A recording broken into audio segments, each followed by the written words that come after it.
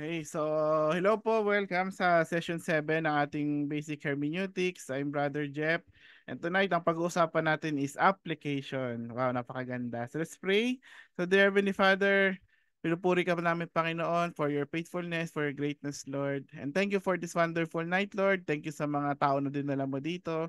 And thank you, Lord, for the opportunity to serve you, Lord. And Lord, as we study hermeneutics, and as we study application tonight, Lord, I'm praying for again for your guidance and intercession, Lord. Gamitin mo ako, Lord, as your messenger, Lord. Turuan mo kaming lahat, Lord. Since, especially, Lord, since ito na yung part na mahirap gawin, Lord, sa pag-aaral ng Bible, Lord. Yung i-apply sa buhay namin yung mga tinuturo mo, Lord. So sana yung matututunan namin ngayong gabi is ma-apply talaga namin, magawa namin, Lord. Nang gayon, ikaw po ay mapurihan sa ginagawa namin, Panginoon.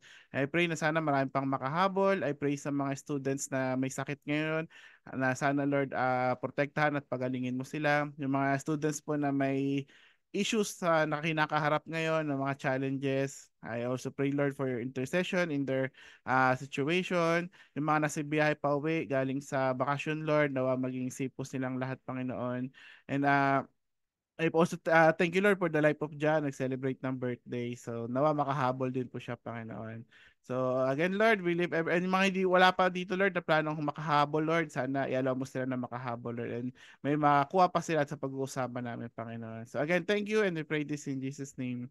Amen. Ayan, so welcome. Ayan, so ilan tayo? Ayan, so 12. Okay, so si Doc Joanna sa Marinduque nagmi-missions. Yan yung mga gagawin ko hopefully in the future. Yung mga ganyan. Pero imbes na ano siya, nagme-medicine siya, ako magtuturo. So let's see kung saan tayo dalhin ni Lord. And so good evening no. So welcome nga sa session 7. So ito na yung huling part ng OIKA. So ulit yung OIKA. Si Rosso, nag-unmute ka na eh. Observation, Kita ko ulit. Sige, gawa tayo, sige. observation, interpretation, relation, application. Okay. Ayan. So, share ko lang kasi may mga nagme-message sa akin nung nakaraan. 'Di ba, nag-interpretation sa correlation tayo next week. Ang dami nagsabi sa akin na, oo nga, kuya, no, parang importante pala talaga yung observation. Ayan. Kasi yung iba, inattempt na i-interpret daw, i-correlate. Kala nila dahil interpretation yung assignment, yung observation din nila kailangan gawin, no? Mm. Yan nga. Kaya nga nagpahabol ako na message, di ba? Sabi ko, gagawin nyo pa rin nyo. Kasi ano sabi ko nga, di ba, yung interpretation nakadepende sa observation mo. So, kung wala kang in-observe, ano i-interpret mo? Di ba? Ganoon. So, ano i-correlate mo? So, laging magkasama yun. Yung OIKA, isang package yan. Hindi ka pwedeng mag-drop ng isa dyan, lalo na yung observation. No? Magkasama mong gagawin yun habang sa pag-aaral ng Bible. Okay? So lagi kong nire-remind no, kung nahihirapan kayo sa interpretation, hindi yun dahil sa mahina ka mag-isip. Okay? Most likely, most of the time, dahil yun sa observation mo. Either kulang pa, hilaw pa, hindi ka pa masyadong nag-observe, ganyan. So, balikan mo lang observation mo, dagdagan mo pa, malamang kulang. Kasi kung talagang ang dami mong na-observe, maganda yung observation mo, makukuha mo yun eh, may mabubuo ka eh. Kumbaga, ang hirap talaga mabuo yung picture pag kulang-kulang yung pieces ng puzzle. So, get as much information as you can, and then makikita mo, mabubuo mo yung picture. Ganun lang naman talaga yun eh, para makuha mo yung intended meaning ng author, no? Yung get as much information as possible. Mag-observe ka talaga. So, kayo, di ba, sa observation. So, anong tinatanong natin sa observation? Ah, wait Ano yung lang. tanong sa observation? What do I? See. Okay, what do I see? No, kasi pag nag-observe, hindi ka nakatingin lang, no? Pag di ba ang kaibahan ng observation sa seeing? Is yung details, no? You pay attention to the details, no? So, what do I see? Kaya tinatanong mo eh, huwag mo nang tingnan, no? Examinin mo yung details, yung 5Ws, di ba? I-take note mo lahat ng available information. And then, pag marami ka kasing hawak na information, mas madali tanongin yung sunod. What does this mean? So, yun yung interpretation, no? Interpretation. Iaano mo na, itatahi-tahi mo na yung mga nakuha mo to come up with the intended meaning of the author. Yun yun, no? Isa lang ang interpretation, no? Yung intended interpretation ng author, yung intended meaning niya. Okay? Yun yung tamang ano. So ang marami is reflection. So ngayon, mag-move on na tayo sa sunod. Nakakalungkot kasi karamihan sa nag-aaral ng Bible, tumitigil na sa interpretation. Agree ba kayo doon? Mm. Oo. Yung iba nga, tumitigil sa correlation. Tingin nila yung correlation na yung end goal, no? Ang dami nilang na-acquire na theological truths, ang dami nilang alam ng mga theological concepts, ganyan.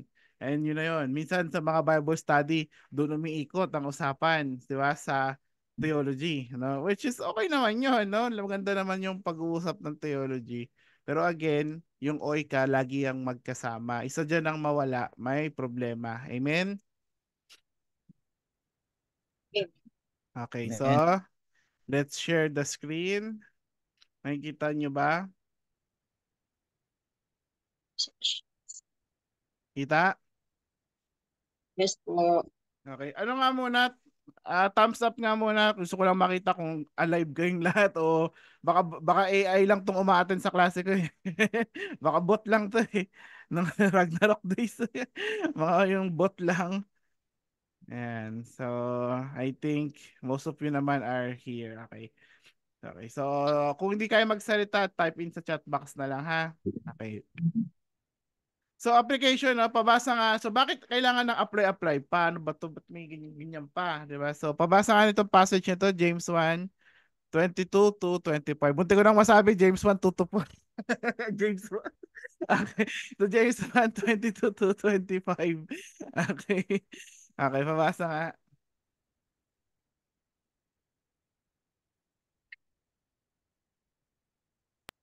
Ako but na. be Sige, Ay, Ate but Irma. be doers of the word. Ayan, sige. Ay, yan sorry. sino si Sige, Ross. go, Ross, Okay go, lang. Ross, go, Ross. Go, Ross, go. Diba? But be doers of the word and not hearers only, deceiving yourselves. For if anyone is a hearer of the word and not a doer, he is like a man who looks intently at his natural face in a mirror. For he looks at himself and goes away and at once forget what he was like. But the one who looks into the perfect law, the law of liberty, and perseveres, being no hearer who forgets, but a doer who acts, he will be blessed in his doing. Okay. So bro, ano yung pinaka main command dito? Which is yun, maka-highlight naman. Ayan. So, for me, bro, yung parang main command dito is yung being a doer. No? Yung Okay. parang walking the talk.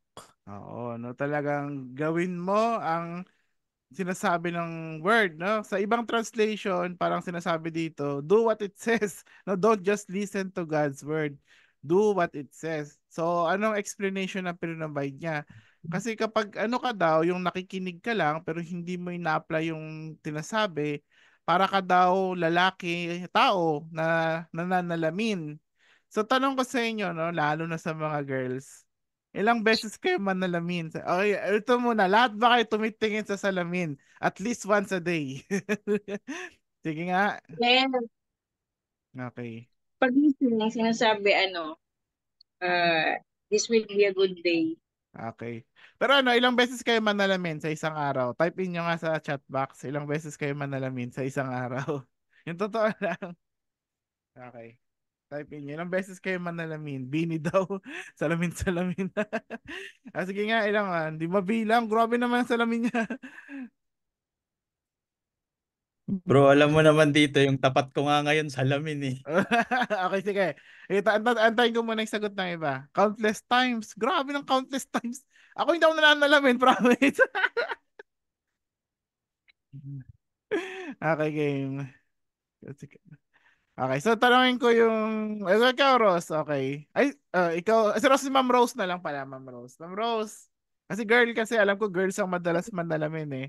Bakit ba kayo parang ang hilo? Ba't may kayong tumitingin sa salamin? Bakit? Anong parang psychology na? Ba't yung ginagawa yun? Hindi ko rin maintindihan ko ito eh. Ba't yung tinatanong? Anong gusto mong makita sa salamin? Kasi parang Double check. presentable pa rin. Ano na? Mayroon, Pag nagme-makeup ka, palagi mo titingnan kung nawawala na. Yung eyeliner mo, mamaya pagtapos ng oo, ganyan, di na pantay. Lipstick mo, oo. i-check mo kung meron pa. Ganun. Mm. Okay. So very good no. So actually yun din yung logic na gusto niyang emphasize dito. Kasi 'di ba, titingnan mo yung salamin, makikita mo yung itsura mo. Pero pag inalis mo yung salamin, yung mukha mo naman di naman magbabago yun, 'di ba? Yun pa rin naman yun, 'di ba? 'Di ba? Hindi naman nagbabago yung mukha niyo, 'di ba? Pero kaya ka nananalamin kasi parang gusto mong makita kung parang okay pa ba yung eyeliner ko? Masyado kang conscious nga sa appearance mo, sa ano mo. Parang wala kang peace na parang yung itsura mo yun pa rin. Yun nga, parang conscious ka nga masyado sa ano mo, sa outer experience mo. So parang sinasabi niya, ganun din kayo pag binabasa niyo yung Bible pero hindi niyo naman ginagawa. Kasi, di ba, kausap niya dito mga Christians, di ba? Parang basa ka ng basa ng Bible pero dahil hindi mo ginagawa, parang alam mo yun, every time na ano, parang babalikan mo yung Bible, parang lagi mo siyang i-check kung ano ka pa ba, kung parang i-ano mo yung sarili mo ba, yung maano mo, ma-check mo kung okay ka pa ba. Parang wala kang peace sa sarili mo, kaya ka tingin ng tingin, basa ka ng basa, tapos hindi mo naman ginagawa. So parang nalamin, tapos balik, yun pa rin ba yun? Ayos, balik. So, parang cycle lang siya na parang paikot-ikot lang mo. Maliligo ako, magbisa ako, makeup, salamin, check, ganyan. Tapos mamaya pagpapawisan, punas ulit, salamin, check. Parang endless cycle siya na parang walang nararating.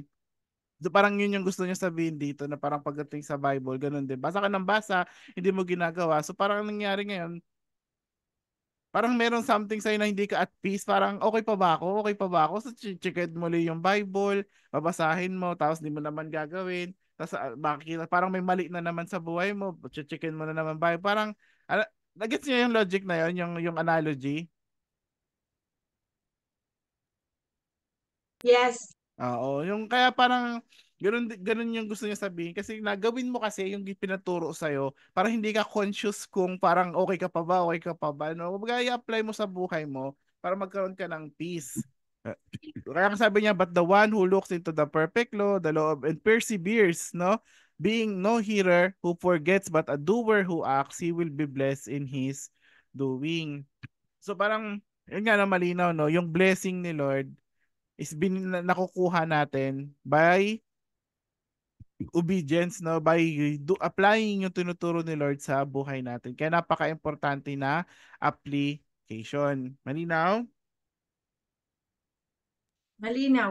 Oo, don't expect Malinaw. na ma-bless ka ni Lord kung hindi mo naman sinusunod yung pinapagawa niya, kung hindi ka nakikinig sa kanya. Ngayon may nagsabi sa akin, Kuya Jeff, bakit ganun? Merong ibang ang daming pasaway sa mundo, ba't ang dami nilang natatanggap na good things? Hindi blessing yun, grace yun. Okay, magkaiba yung grace sa blessing. Grace yun ni God na nabigyan ka pa rin niya ng good things. Ano? Pero kasi iba yung blessing ni God kaysa sa grace niya. Kasi yung blessing ni God is abundant. Yun ang pinagkaiba. Okay?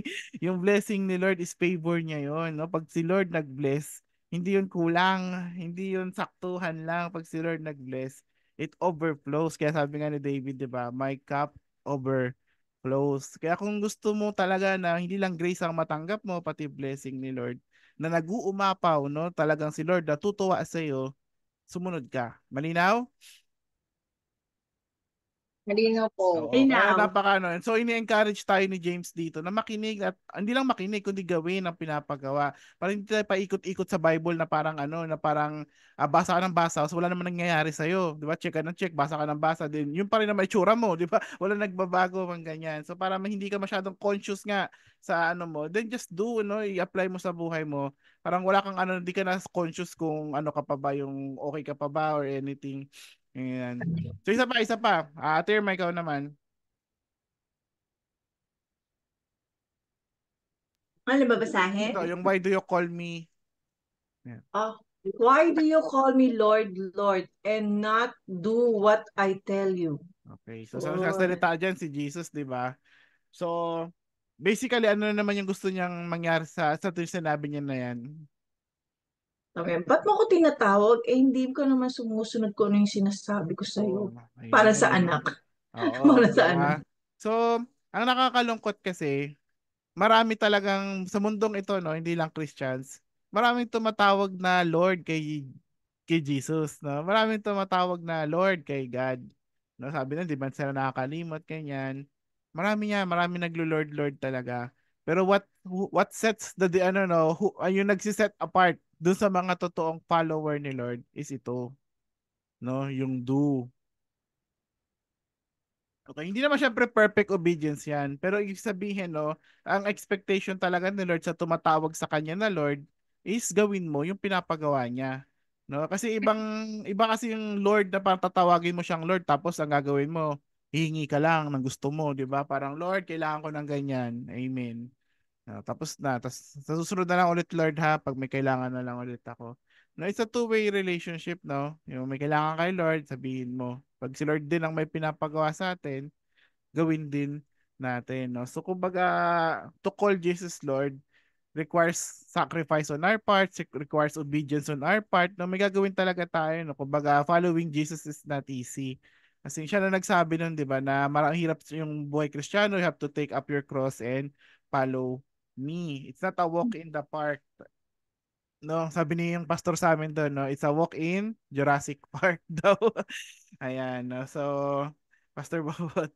Ayan. Kaya kung if you are, kayo ba kiniklaim nyo na follower kayo ni Jesus Christ? Yes. Okay, Yeah. tinatawag nyo siyang Yes. Lord. Yes. Oh, And Savior. so ano expectation sa atin ngayon? Do what He says. Oo, To sumunod, no? obey. Kaya napaka-importante ng application. Kasi ito na yung parang sa hermeneutics, ito yung part na ituturo sa atin, paano ko ba ma-apply ng tama yung tinuturo ni Lord. So again, no, balikan ko yung sinabi ko nakaraan. Ito na yung huli sa OICA, so nakadepende to sa naunang tatlo. So pag pangit ng observation mo, mali ang interpretation mo. Saka malamang correlation mo din. Pag mali yun, mali ang application mo. Diba? Kaya nga, bago tayo dumating sa puntong to, dapat tama na yung pag-analyze mo ng Bible, ng pag-observe mo, tama pag-interpret mo. So ngayon, sa pag-apply, meron ding procedure na dapat, hindi man dapat, pero parang recommended na gagawin. Kasi 'di ba sabi niyo, application, alam ko na 'yan, ganyan, gagawin mo lang naman kung ano yung tinuturo. Pero actually hindi ganoon, no? Magugulat kayo pati pala sa application. Meron din siyang parang suggested na protocol kung ano yung gagawin mo para magawa mo ng tama. Ano? Kasi execution na 'to eh, no? Kumbaga this is the execution na nga of what you are, yung nanakukay mo eh. So, syempre, critical yun kasi execution, ano na yan eh, make or break yan. Okay. So, basahin ko lang yung sinabi ko dito ha. Ayun nga, 'di ba? Purpose nga ng Bible is makilala natin ang Panginoon at mabago ang ating buhay. Basically, yun yung ano yun, pinakasimpleng purpose ng Bible. So, talagang yung action part sa part natin, talagang expected yun. Don't expect na parang babasahin mo yung Bible for entertainment lang. Ay, na-bless ako na-steer yung emotion ko, na-inspire ako, ganyan. Okay na yun, di ba? Meron kasi iba, ganun, nagbabasa ng Bible, para ganun, no? Para lang ma-feed, yung emotions nila, no? Ma-feed ng positive emotions, ma-inspire sila, kiligin sila. Pero pag may nakita sila na medyo harsh, no? Medyo masakit ang salita, ayoko niyan. Ganyan. So, yun yung pag-uusapan natin next week, yung sa best practices, yung para ka nag-cherry pick, no? Parang buffet, ang tawag namin doon, buffet Bible study, no? Namimili ka lang na babasahin mo at i-apply mo sa buhay mo. Pag may nakita ka ng di mo trip, cross out yan. So, wag ganon. Ganyan, okay. Yan. So again, ang blessing ay dumadating sa pagsunod sa Panginoon. So lastly, para lang ma-establish ko yung theology ng application, alam niyo ba yung Shema? Hmm? Ano? Shema. Okay. Shima? Okay. So it's a Shima? Hebrew word, no? Hebrew word kasi yon. Ito. Shima? Okay. Shima. Okay. So, Love the Lord your God. ito. So, yung Ite? 4 to 5, babasa nga Titi. Ito. Theaterum. Hear, O Israel, the Lord our God, the Lord is one. The Lord is one. You shall love the Lord your God with all your heart and with all your soul and with all your might. Okay, so yun, sikat yan, di ba? Yung you shall love the Lord your God with all your heart, with all your soul, with all your might. Kaya siya tinawag na Shema kasi sa Hebrew, Yung Hebrew word ng hear ay Shema. Okay. So parang share ko lang sa inyo, sa kanila sa Hebrew, yung Shema, kasi ano ito yung nakakatuwa sa Hebrew language, mas konti yung words niya kaysa sa English. Konti ang vocabulary nila. So minsan may mga words na double meaning na siya. Parang dalawa na yung inano niya. So sa case ng Shema, 'di ba ang Hebrew word ng hear ay Shema. Alam nyo ba na ang Hebrew word ng obey ay ano, hulaan niyo kung ano? Shima din. Shema, Shema din. Okay na? So yung Shema, dalawa meaning niya. Listen and obey. Pero tingin nyo kaya, bakit kaya sa mga Israelita, yung listen at obey parehas lang? Bakit one word lang yun sa kanila? Tingin niya. Same application and interpretation. Okay? Yung iba, bakit parehas na word yung listen sa obey? Tingin niya. Bakit hindi sila nag-isip ng ibang salita para sa obey? Bakit pare? When you Dapat hear, magkasama. ay, Ano Parang sila? partner kasi yun, Kuis, ano? partner, Oo. partner. Sa Ate Irma, may sasabihin ata. Ano Ate Irma? Sa kanila kasi, pag sinabing hear, automatic i-obey nila yun. Oo, Siguro. very good. Nadali ni Ate Irma, no? So sa kanila, hindi magkaibang bagay yun. Pag may sinabi si Lord, matik yun, may dapat kang gawin. So basahin ko yung nakalagay dito. Ate Irma, pabasa. Ayan, sige. Shima, or Shama is the three-letter Hebrew verb root defined in English as to hear, listen, take heed, hearken, comprehend, obey. The difference between our English understanding and the original Hebrew is the hearing is not separate from the action of doing. Oo, kaya yun yun. Kaya anong sinabi dito na, Hear, O Israel, makinig kayo. 'Di ba? Ang ating Panginoon ay Diyos, siya ay isa. So, mahalin niyo siya ng buong puso, ng buong kaluluwa at buong lakas, no? So, sinabi yun, makinig kayo, gawin nyo yun. Parang ganoon. So, kumbaga parang makita mo, di ba, from the Old Testament to the New, yung konsepto ng pagsunod, ng may gagawin, laging nandoon talaga. Never dumating sa point sa Bible na parang ang trabaho natin eh, parang makinig lang, tapos parang passive hearing, no? It's active hearing. Every time may sasabihin si Lord, asahan nyo na meron yung parang action point sa part natin. Okay? Malinaw? Yes. Yes. Okay. Okay. So what is application? Okay. So 'di ba sa observation ang tinatanong mo what do I see? Sa interpretation correlation, what does this mean? Sa application, ito yung tinatanong mo. Anong gagawin ko? Okay, so may nakuha, nagets mo na yung meaning ng passage. Na-observe mo na, nagets mo na, nakuha mo yung tamang meaning. So anong sunod na dahil ina-expect ni God na may gagawin tayo, meron lagi yung parang action point sa part natin. So yun yung tanong doon. Ano gagawin ko? 'Di ba? What do I do? Or minsan, not do. No? Kasi minsan merong ayaw ipagawa si Lord. Meron siyang ayaw na wag nating gagawin. So tatanungin mo, ano yung gagawin ko or ano yung hindi ko gagawin. So ang ganda ng definition ng precepaustin.org. It's a very good definition. So sinong pwedeng magbasa?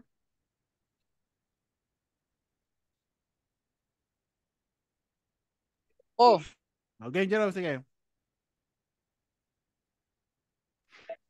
lahat yan, Kuis. Ito lang yan to. Application is putting the truth you've discovered through observation and interpretation to use in your life with the ultimate goal of transformation or life change. Amen. So ang ganda ng definition niya, di ba? Yung truth na nakuha mo, is i-apply mo sa buhay mo. At ang goal ng pag-apply sa buhay is transformation, no? Or life change to Christ-likeness. Yun, kung may dadagdag ako dyan, yun yung dadagdag ko.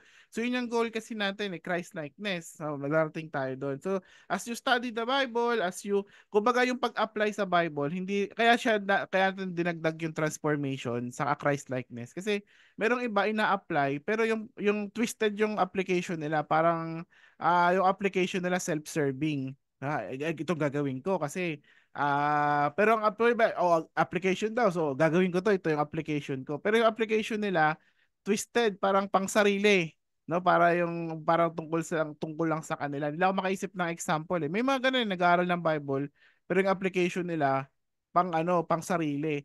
So tandaan nyo na yung application ng goal nun is mabago tayo to Christ likeness, mabago yung buhay natin. So kung yung application mo is hindi siya nagko-contribute sa transformation or Christ likeness, may mali. Okay? Malinaw? Okay.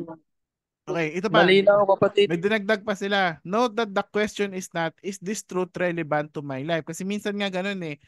Pag ito yung mahirap na part sa application dahil ano ka na niya eh. Meron na siyang pinapagawa sa meron na siyang gustong baguhin sa buhay mo, ang tendency talaga natin is pumalag, no? Kumbaga nature 'yun ng isang living organism eh, yung stimuli, no? Yung mag-react sa out external forces.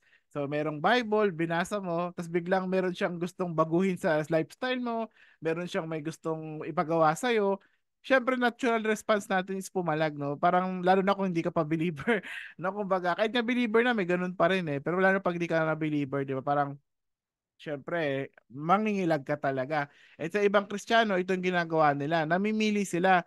Minsan, ang ginagawa nilang excuse, hindi naman na relevant sa buhay ko yan, di ba? So, nag-aano sila, gina-justify nila. So, mali yun, no? Hindi natin, ang Bible, di ba, lagi natin sinasabi, it's relevant, no? Sa kahit anong generation. So, hindi mo pwedeng sabihin na hindi na yan relevant sa'yo. Okay? Timeless ang word ni God, no?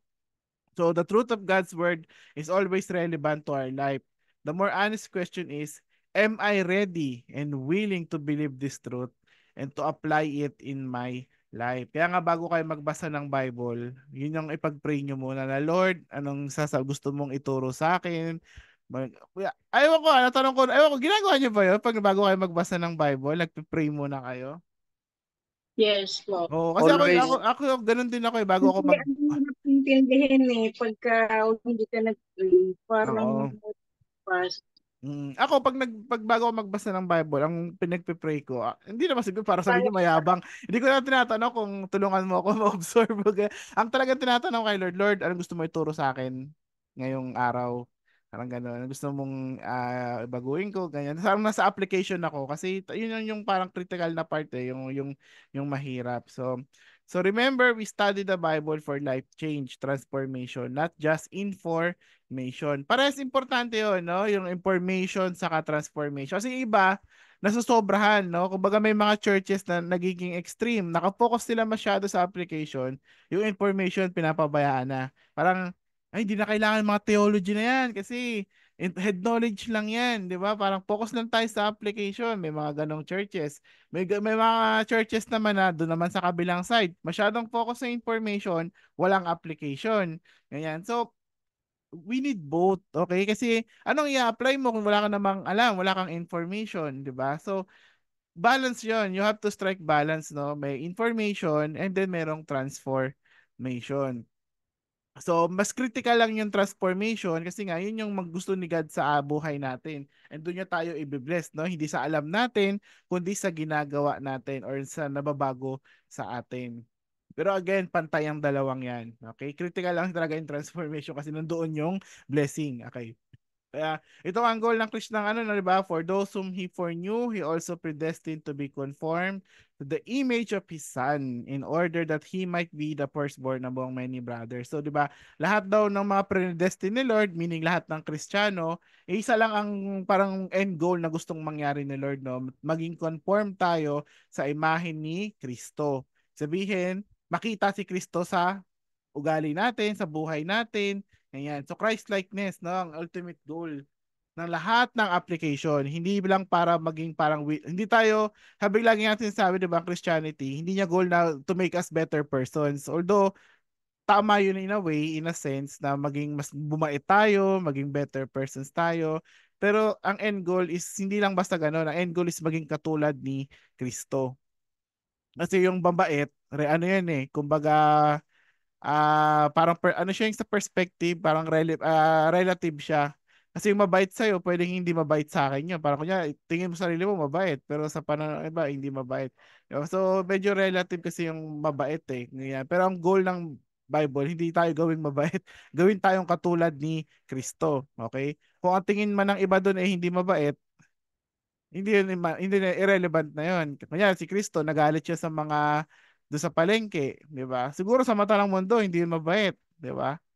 Pero kasi kaya siya nagalit kasi nga nakabastusan ng ginagawa nila sa Panginoon, 'di ba? So part yun ng Christ-likeness na yung marunong ka mag-stand up para kay Lord, lalo na kung binabastos na siya, kung mali na talaga. So, yun lang, ewan ko, ano, nag-guess yung sinasabi ko na hindi natin goal maging mabait, goal natin maging katulad ni Kristo. So, napakahirap nun. Kasi si Christ hindi siya people pleaser. Hindi siya people pleaser, nangre-rebuke siya ng mga tao na mali, nangre-rebuke siya ng mga nagtuturo ng mali, 'di ba? Nangre-rebuke siya ng mga ano. So, kasi pag mabait, pwedeng ganun people pleaser 'di ba? Ayaw mag-rebuke, ayaw mag-ano kasi mabait ka, ganyan, ayaw mo mag-offend ng tao. Pero hindi yun ang goal, di ba? Ang goal maging katulad ni Kristo. Si Kristo, ganun nga siya, di ba? Willing siya mag-correct ng mga tao, willing siya mag-stand up para kay Lord, ituro yung tama. Ganyan, willing siya na mag-rebuke ng tao kung kailangan, lalo na kung nakaka-stumble na siya sa iba. Yan. So, nag-gets niyo yung sinasabi ko?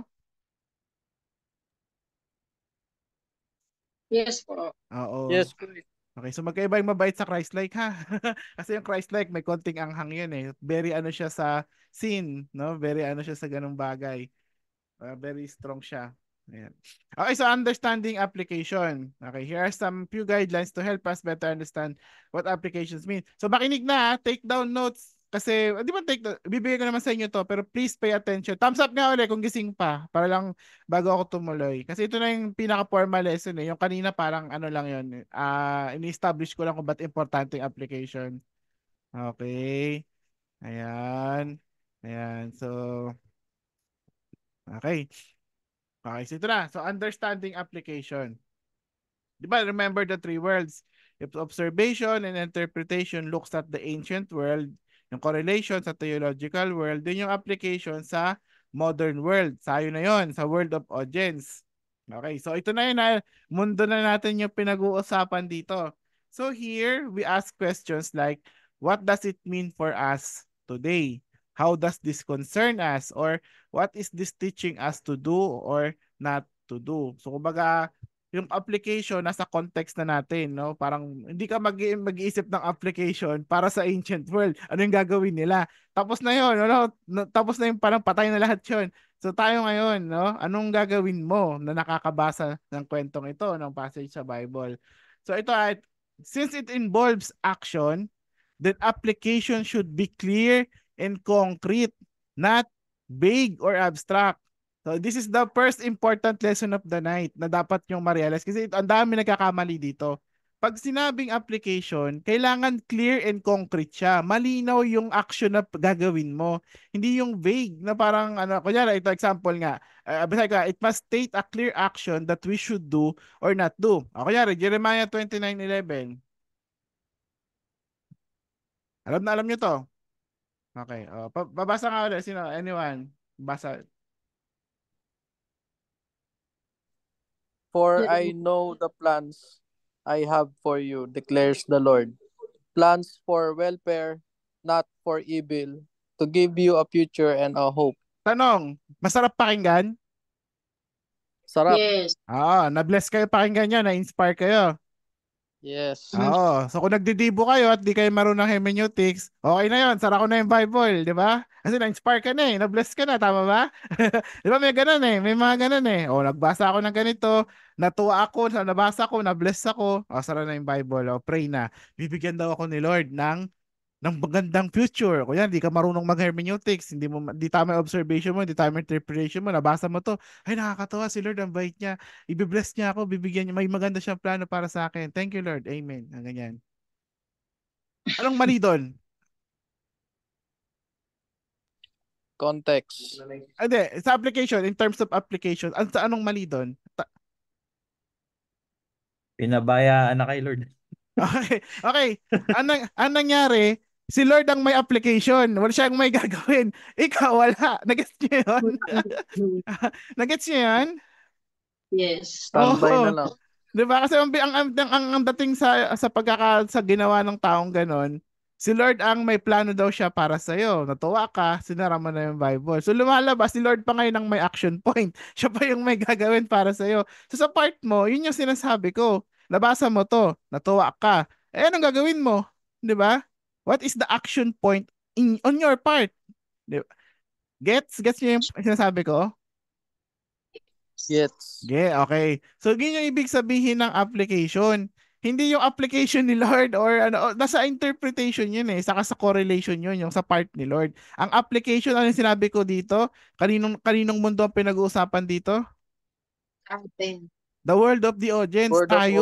audience. Oo, so tungkol to sa atin. Sig sabihin, dapat yung application should be directed towards us, towards you, the reader.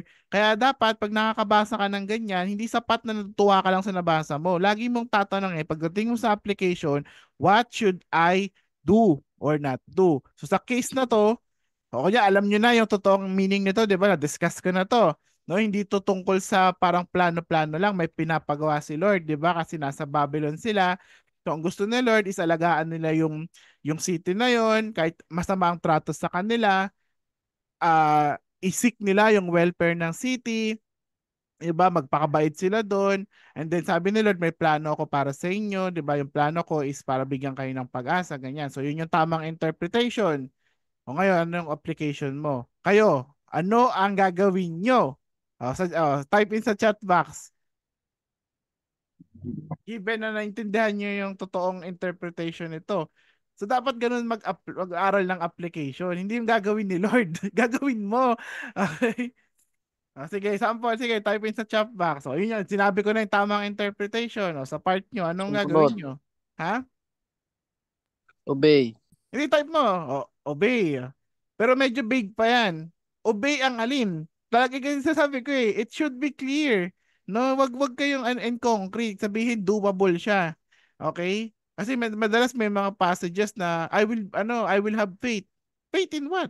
'Di ba? So you should be clear, no? Full sentence. Obey. Anong i-obey mo? 'Di ba? Sinong i-obey mo? Kailangan ganun din, no? Pag sa application, clear. So sabi ni Peter, susunod siya sa salita ng Diyos. O sabi ni Jerome, obey on what God has said. Sige pa. Walang tama o mali dito sa application na to Kumbaga, ang point lang dito, tama yung procedure mo sa application. It should be a clear and concrete action point on your part. Okay?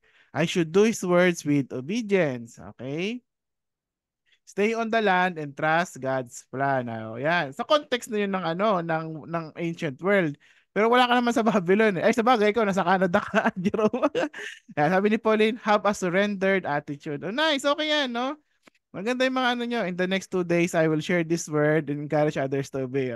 May idea na si Rosa. Ayan.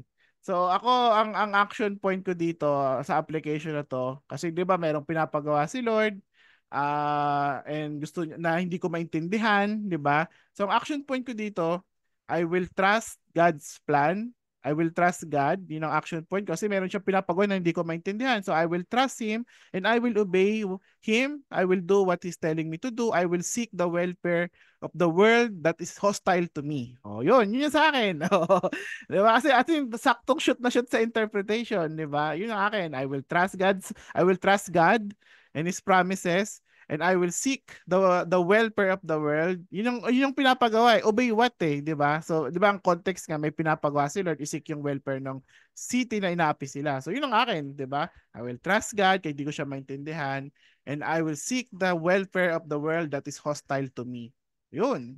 Action plan ko yun. So, malinaw, di ba? It's clear. Alam ko yung gagawin ko. Sa kanino ko siya gagawin. Di ba? Sinong gagawa? Ako. Di ba? Anong gagawin ko? Kanino ko gagawin? Anong gagawin ko? Isasik ko yung welfare nila. Na-gets nyo yun? Malinaw. Amen naman kung nakakuha nyo yun. Amen. Napakalinaw. Ganon mag-application. It should be directed towards you. Ikaw, anong gagawin mo? Anong babaguhin mo? And then dapat malinaw. Kanino mo siya gagawin? Anong gagawin mo? Ganyan-ganyan. So si Ross, di ba may idea na siya kasi naglagay pa siya ng 2 days. Okay? So hindi yung gagawin nila. Okay? Okay. So praise God. No? I hope nakuha nyo yon. Ngayon, so the key is to list. No? Ilista mo. Minsan hindi limited sa isa lang yon. Minsan dahil marami kang maganda yung aral mo ng Bible, napuspos ka ng Espiritu Santo. Minsan ang dami mong maiisip na pinapagawa sa'yo ni Lord eh. Kinukundi ka ni Lord, di ba? Go. So isulat mo, ilista mo, identify mo yung action points na gagawin mo. So recently, may mga pastors, in-apply nila yung SMART. Alam niyo yung SMART sa mga nasa corporate world. Specify. Sige, Ate Iti, ano yung SMART? Globe Zeros eh. Ang weak. Specific, measurable, Oh, yeah. Ros. Oh, kahit nasa globe ka, anong meaning ng SMART? specific, measurable, Measurable. yung ay attainable yata yan eh. Attainable, yung R. Tapos yung R relevant, And then, tapos time Timeless. okay. So sa iba na hindi Time alam, bound. sa corporate world, meron silang tinatawag na SMART. Okay, so ano yon? Sige sabihin, pag meron silang mga naiisip gawin, kasi pag nasa boardroom ka, nasa meeting room ka, merong mga plano yung company, meron silang mga gustong gawin, ganyan. Minsan ang bright ng ideas eh. Ang gaganda ng mga idea, nagbe-brainstorming, di ba? Yan. Pero kasi sa executive, sa mga managers, itong tuturo ko to sa mga managers to Parang ito yung tinuro sa kanila. Oo, ang dami mo nare-receive na idea. Pero ang tanong, doable ba 'yun? 'Di ba realistic ba 'yun? Ganyan Mhm. ganyan. Kasi ang dali mag-isip ng magandang idea eh. Ang tanong, doable ba? Realistic ba 'yun? Ganyan. So para matulungan sila na ma-filter out yung mga action points na talagang magagawa nila, meron tinatawag silang SMART. Okay? Acronym siya. So S stands for specific, M stands for measurable, A stands for achievable or attainable, R is relevant, and T is time bound or time based. So ano ibig sabihin nun? Kunyari, S is specific. Diba, action point ka, nag-iisip ka ng gagawin mo. Diba, tanda mo, tungkol to sa'yo, anong gagawin mo? So, ang suggestion sa S is specific. So, ibig sabihin nun, make your goal is specific and narrow and more effective planning. Kumbaga, kunyari, yun nga, ang dami nagsabi sa inyo, I will obey God. Tama naman yun, you will obey God. Obey what exactly? Kasi ang daming inuutos ni Lord eh. So, ano ang gagawin mo, 'di ba? So yun yung ibig sabihin ng specific. I-specify mo kung anong mismong i-obey mo. Kasi pag ang daming kang pwedeng i-obey, di ba? So kunya sa context ng Jeremiah 29:11, okay, tama yun, you will obey God. Pero sa context na to, ano ba yung pinapagawa niya? You seek the welfare of the city where I have sent you into exile. Kaya yun yung, di ba, yung application ko, sinabi ko, I will trust God kasi hindi ko siya maintindihan. Kasi sabi niya, di ba, for I know the plans I have for you. Sabihin, plano yun. Sabihin, hindi pa nangyayari yun. So, sabihin, hindi ko alam, wala pa yun, pero pagtitiwalaan ko si Lord. And I will obey Him. So, anong i-obey ko sa Kanya exactly? Gaya ng context nito, isisik ko yung welfare ng city na umaapi sa kanila. Hindi naman ako nakakulong eh. Pero I live in a world na parang ganoon, 'di ba? Na parang hostile sa akin, 'di ba? Yung buhay Kristiyano, yung lifestyle natin, hindi yun yung lifestyle ng mundo eh. Diba? So nape-persecute tayo. So kagaya dito, yun ang i-obey ko. Kahit masakit yung mundong to sa akin, I will seek the welfare of this world. Diba? I will still do them good. Hindi ako magagante, hindi ako ano. Nakita niyo yung kaibahan? Nagets niyo? Yes, time. Okay. So avoid niyo yung mga generic na mga action points na okay lang yun, no? I will obey, I will believe, I will repent, ganyan ganyan. Okay lang yung mga generic pero yun nga ang suggestion specify mo pa para mas alam mo sa sarili mo kung ano yung i-obey mo, ano yung i-believe mo, ano yung etc. Nagets? Thumbs up naman. Hindi ko alam kung may kausap ako. Nugget, okay. Sunod no, di ba na-specify mo na. Kailangan measurable siya. So, ibig sabihin na measurable, make sure your goal and progress are measurable. Ibig sabihin kasi nun, di ba yung pagsunod kay Lord, hindi naman yan overnight magagawa mo eh. Di ba? Up and down yan. May times hit or miss. Minsan nagagawa mo. Kunyari, ang action point mo, I will submit to my husband. Yan. Sinabi na ng marami yan. Pero aminin nyo, mga wives, nagagawa nyo ba yun araw-araw? Minsan. Minsan. Minsan. Okay, diba? Malinaw. Hit or miss yan. No? May times na parang, ay, no, napikon ka, hindi ka nag-submit, ganyan, nag-ano ka. okay lang yun, no? This is a progress eh. We're all works in progress here. Wala naman sa atin na pag yung application, nabasa ko ngayon, nagets ko ngayon, bukas ganun na ako. Parang ganun, 'di ba? So, dapat yung action point mo, eh yung 'di ba, meron kang 'di ba, may action point ka. Ako, I will seek the welfare of the city. So hindi siya pang bukas lang 'yon, 'di ba? It's something na parang titingnan ko everyday kung nagagawa ko pa ba 'yon. Ganyan. Gets mo? Gets nyo? Yes. Oo. So nasusukat siya dapat. Okay. Ayan, yung M at A daw. Okay. Sunod is achievable. Ayan. Ito yung nakakatuwa sa lahat dito sa SMART, eh, yung achievable. Make sure you can reasonably accomplish your goal within a certain time frame. Para kaya sa corporate, ang daming magandang idea, pero hindi naman siya realistic, 'di ba? O kunyari, love your enemies. Ay, okay. 'Di ba? So, ang gagawin ko, bukas forgive, 'di ba? O, bukas lalapitan ko siya, makikipagbati na ako, ganyan. Yung pumatay sa ano ko, yung parang yung nagnakaw ng milyones ko, bukas iyayakapin ko siya, friends na kami. Forgive ko na siya. Is that achievable? Realistically speaking. May achievable naman. Hindi, pero ang mas achievable doon is I will start by say contacting him parang siguro sisimulan ko sa parang pagpe-pray ko muna siya, ipagpe-pray ko yung heart ko, and then ang gagawin ko is I will parang magse-set up ako ng meeting sa kanya kung papayag siya, and i-express ko yung hurt ko na na-hurt niya ako, ganyan. So ayun, doon lang muna, specific, as achievable yun. Mas madali yun kaysa yung sabihin mo sa akin agad na, bati na kami bukas, yayakapin ko na siya. Example lang to, I can think of a better example eh. Pero, yung kailangan, pag nag-isip kayo ng action point, yung as in yung realistic na magagawa mo talaga.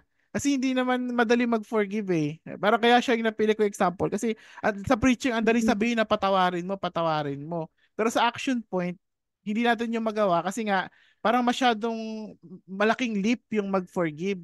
Kaya dapat pag tinuro yung forgiveness kasi, tuturuan mo siya to be done in increments, no? Achievable action points muna. Ano yung parang pinakamadali muna na pwede mong gawin. So you can start by setting muna na parang express mo muna yung galit mo, ganyan. So, yun ang una kong action point. I express na sabihin ko sa kanya na na-offend niya ako, ganyan. So, then after nun, saka ako mag-iisip ng sunod yung action point. Depende sa pag-uusap namin. Mamaya may galit din pala siya sa akin, 'di ba? Na hindi ko pala alam, may ginawa pa pala siya na hindi ko pa alam, 'di ba? So, doon ako mag-iisip ng sunod ko na action point. Dahan-dahan lang. Simulan ko lang muna doon sa reasonable and achievable, no, na mag-aano muna ako sa kanya. Aminin ko muna yung nararamdaman ko na nasasaktan ako. And then saka ako iisipin yung sunod. Depende sa pag-uusap namin. Gets nyo? Yes po. Oh, achievable muna. Kasi mahirap ano yun, ang dali magsabi ng mga flowery words na I will do this, I will ganyan ganyan. Eh sobrang ano naman. Oh, meron akong example yata dito na ano. Sige, darating tayo doon. Yan. So dapat achievable. Malinaw? Doable. Malinaw. Okay. Malinaw, malinaw. Oo, yung talagang yung sabi ni Rosto, pag achievable, something to focus dun muna sa kaya mong makontrol. Yung bagay, small steps lang muna. Okay? Then relevant. Your goal should align with your values and long-term objectives. So, yun na yun, yung explanation niya. Kumbaga, yung action point mo is talagang ano sa buhay mo. Kaya nga sabi ko sa inyo, okay lang yung iba-iba tayo ng application kasi iba-iba tayo ng sitwasyon sa buhay eh. So, i-apply mo siya talaga sa current condition mo. Kunyari nga, yung iba, turo sa'yo mag-forgive. So, yung kay Jerome, iba yung conflict niya. May conflict siya sa family. Ako, may conflict ako with someone tungkol sa pera. So, yung ano ko, yung action point ko, i-apply ko, kunyari, in terms sa pera. No? Yun nga muna, tatapatin ko siya na ay nahihiya akong tapat, ayoko siyang i-correct kasi natatakot ako sabihin na alam ko na may kalokohan siyang ginagawa. So, yun ang aking application na achievable na I will start by setting an appointment with him, and I will have the courage to share to him na meron nga tayong anomalies na na-detect, ganyan-ganyan. So, kay Jerome naman, forgiveness, parang gano'n, yung baga sa family naman, iaano mo siya doon. So, i-relevant mo siya sa sitwasyon mo. And then lastly, ito na, top 2 to, sa 5 to. time-based. Set a realistic but ambitious end to day to clarify task prioritization, increase motivation. Okay, so babalikan ko yung Jeremiah 29:11. Sabi ko, I will trust God and I will seek the welfare of the city. May kulang doon, actually. Kailan? Kailan mo yung gagawin? Kailan mo yung Next sisimulan? year. Diba? I will obey God next year na. Hindi ka naman na dapat time-based siya within a realistic time frame. O yari, I will forgive na naka-offense sa akin. O, kailan mo gagawin? Diba? Hanggang kailan yung action point mo na gano'n. O, I will do this for 3 days, ganyan. O, parang gano'n na within this week, gagawin ko to. Ganyan. Gets nyo? Yes. Oo. So, maganda ba Malinaw tong ko smart? din. Maganda ba tong Sir, smart? parang relate din yan sa achievable. Kasi di ba para makuha like yung forgiveness, bago mo siya ma-achieve, it would take time para like yung halimbawa nasaktan ka nga, so it would take time to heal your Oo. heartache bago mo Yeah. ma-achieve yung forgiveness. Very good. Kaya nga yun nga, di ba? Pag yun nga yung magandang application ng SMART na madali mag-preach na you forgive your enemies. Kunya kayo nagturo kayo ng ganyan. So pero dapat ang gagawin nyo rin, tulungan nyo sila kung paano nila i-apply yun. Huwag nyo i-preach lang na, oh, forgive mo yung enemy mo, forgive mo. Madali sabihin yun eh. Pero we know na medyo sa application part, mahirap yun. So, ito yung i-share nyo sa kanila, di ba? Bigyan mo sila ng SMART, di ba? Ano yung mga bagay na specific, measurable, achievable, no? Yung mga doable muna na pwede nilang gawin and within a reasonable amount as time frame, 'di ba? Kailan nila yun pwedeng simulan? Umiiyak pa eh. Nasaktan pa. Ano ba? So, ngayon na ba natin gagawin yan? Bukas na ba? Depende sa sitwasyon, no? It's up to you. So, doon papasok yung wisdom ni Lord. Pero, lahat ng application part, dapat ganito. Realistic, specific, measurable, achievable, relevant, and time-based, no? So, para mas madali i-execute, di ba? Pag alam mo yung gagawin mo, kailan mo gagawin, ano yung goal, yan. Mali na. Gets, nakuha niyo? Amen, Okay. bro. Oh, yan. So yung time based pa rin pwedeng din siyang linawin ko lang yung sa time based. Pwede din siyang duration. Kunyari kagaya ng nabanggit ni Ross daily. O I will start praying. Ano, daily, weekly, monthly, ganyan. I will join the church once a year. Di ba parang ganun? So, dapat may ganun ka rin. Ayan. So, ang ganda ng share nga ni Ross. Sabi nila, I will commit to a daily prayer time where I will specifically surrender my worries and uncertainties to God, trusting in His good plan. Amen. O ganda, di ba? Nakita niyo yung kaibahan ng ganitong application? Di ba? Mas maganda? Nakuha ano nyo? Saya, di ba? Reality. Ang sa ang ganda nitong application, di ba? So, ganun mag-apply. Hindi yung parang, ay, gagawin ko, susundin ko. Yan, ang saya daw nito, sabi ni Ross. Okay. So, number 3. Okay, ito na. Makinig, ha? Ito, makinig. Sinabi ko ba makinig? Ayan, makinig, ha? Okay, babasahin ko, ha? Also, this is important. Application is always in first person.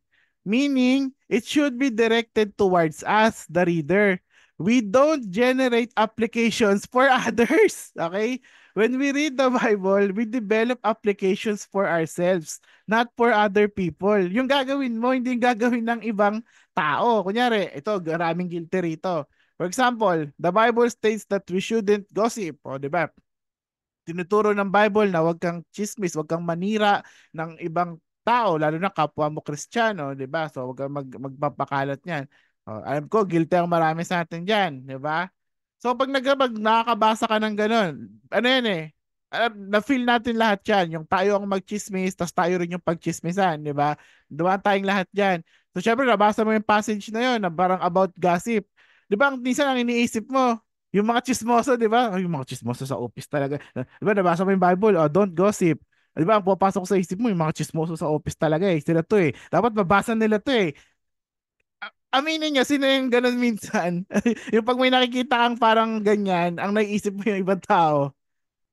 Tapos Pero parang, ikaw din sa ha? sarili mo. Ano?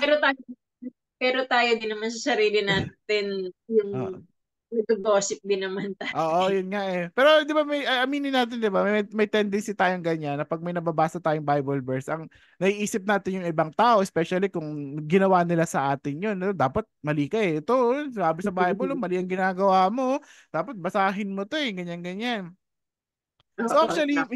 hindi maganda 'yon. Okay? Hindi maganda 'yon kasi bukod sa syempre parang may bitterness ka sa ibang tao, parang ganyan. Ang mangyayari kasi, kunyari, diba sinasabi mo, dapat basahin nyo to eh. Ito, mga to, sila to, guilty sila dito. O malay mo nga, basahin nila. Tapos sila yung ma-rebuke, o tapos sila yung magbago. So, sinong na-bless? Sila. Sila. Ganyan. So if you do this, if you do this, it will be them who will be transformed, not you. 'Di ba? Kaya dapat pag sa application, ikaw hindi sila. Hayaan mo si Lord kumausap sa kanila. 'Di ba? Ikaw ang nagbabasa ng Bible, ikaw ang kausap ni Lord. Kaya isipin mo yung sarili mo, anong babaguhin mo sa sarili mo, hindi sa ibang tao. Ganyan. So also you will be in danger of becoming a hypocrite. Yun pang isang danger doon. Nung pag nagbabasa ka ng Bible, tapos lagi mo nakikita ibang tao, mga mali ng ibang tao. May nababasa kang Bible, si ano to. May nabasa, si ano ito, guilty siya dito. Puro ibang tao nakikita mo. Ang tendency mo na magiging pareseyo ka talaga noon. 'Di ba? Puro ibang tao ang mali, 'di ba? Hindi mo nakikita yung sarili mong dumi sa mata.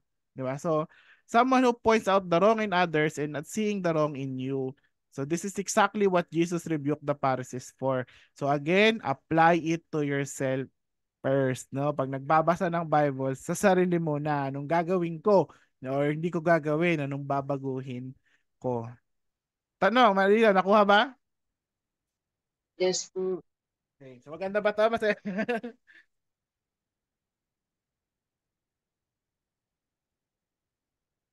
Ano tanong? Sige ba kayo ha? Okay, game. So, proceed na tayo sa tips. Ilan na ba nandito? 16. Okay.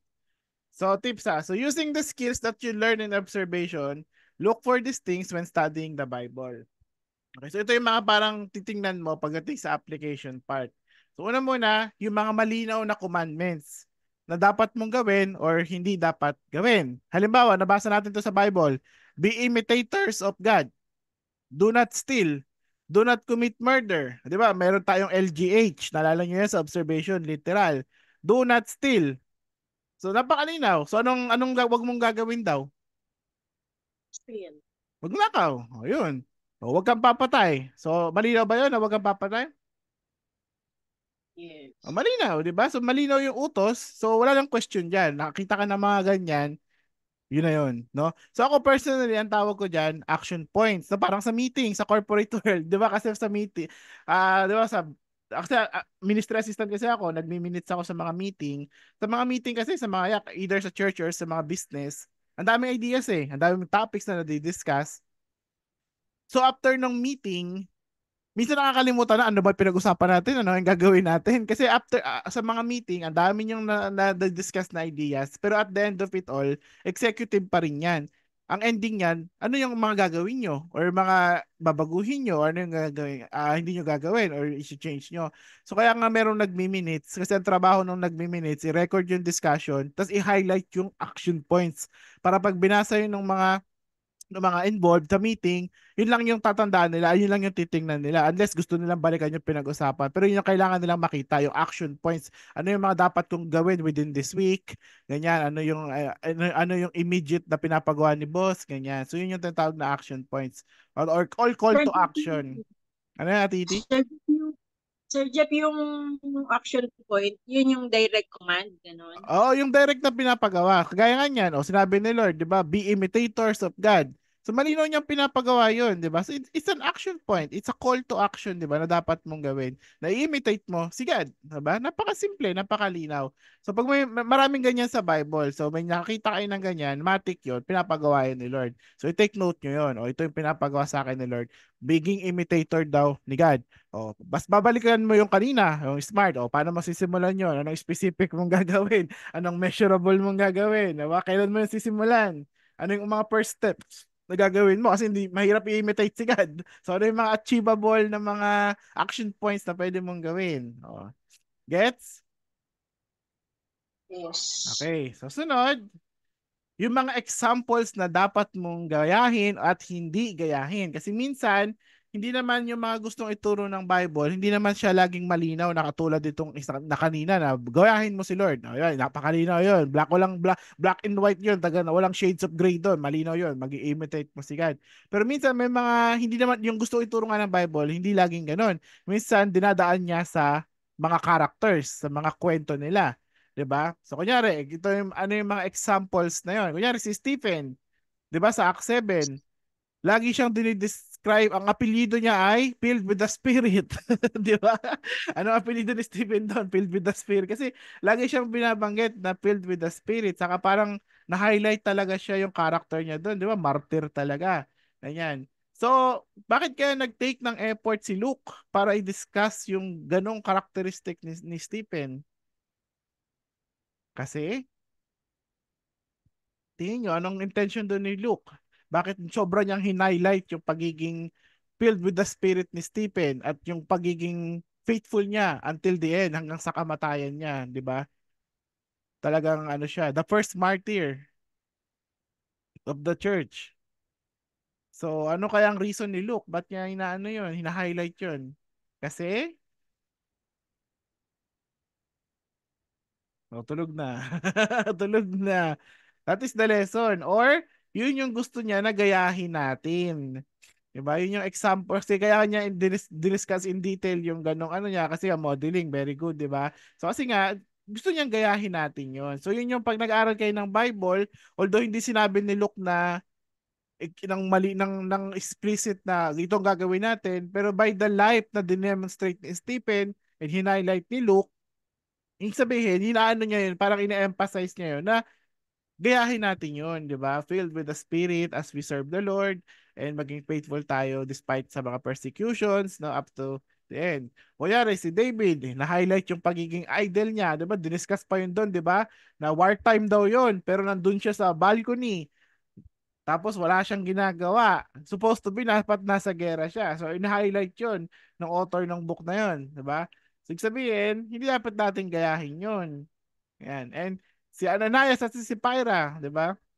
Yung problema nila sa pira. All joke na 'yun. 'Di ba? Diniscuss in detail yung ginawa nila. So napakalinaw no, yung mga ganyan, hindi natin dapat 'yan ginagaya. Malinaw? Ano, gising pa ba? Gising pa ba? Okay, Gising ako sa problema sa pira ni Sapira eh. okay. Ayan. So, ganun, no? So, minsan through the stories ng mga characters, doon natin makukuha yung application part, no? Yung dapat gayahin, hindi dapat gayahin. Okay. And then, merong mga scenes that we should avoid. Okay? Kunyari, ito, Galatians 5. Puntahan natin yon. Isip ko na ako, ah. Okay. So, kunyari, dito. But I say, walk by the Spirit. Malinaw ba yon? Yes. Malinaw yun. So, yun yung pinapagawa niya. Di ba? Walk by the Spirit. Pagdating sa sunod na ano, and you will not gratify the desires of the flesh. Pagdating dito, for the desires of the flesh are against the Spirit, and the desires of the Spirit are against the flesh. Yan. Tapos punta natin yung 19.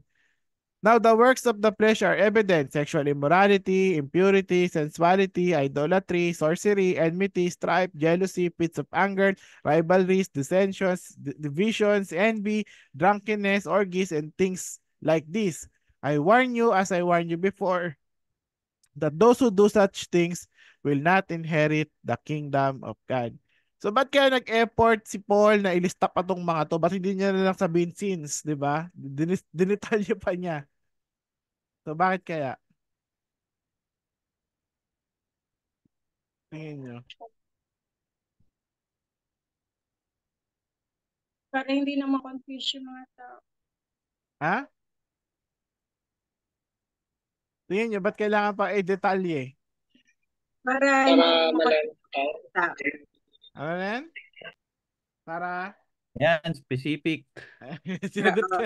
Oo, kasi ganun si Paul eh. Kumbaga kung sa application kailangan smart, ganun din sa pagtuturo, diba? So parang ang ginawa kasi dito ni Paul, kaya niya nilista, kasi para ma-identify yung mga sins na talagang dapat nyong iwasan. Hindi yan exhaustive, syempre. Hindi lang lahat, hindi yan lang yun, na parang pag wala dyan, okay na gawin.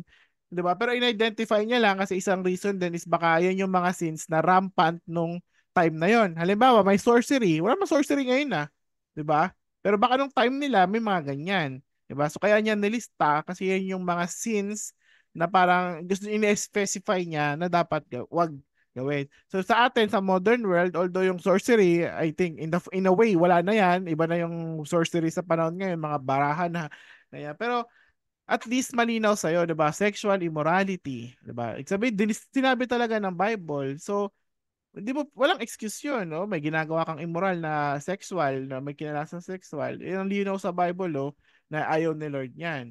Oh, yung drunkenness. Oh, yan. Hindi yung alak, yung paglalasing, 'di ba? Inggit.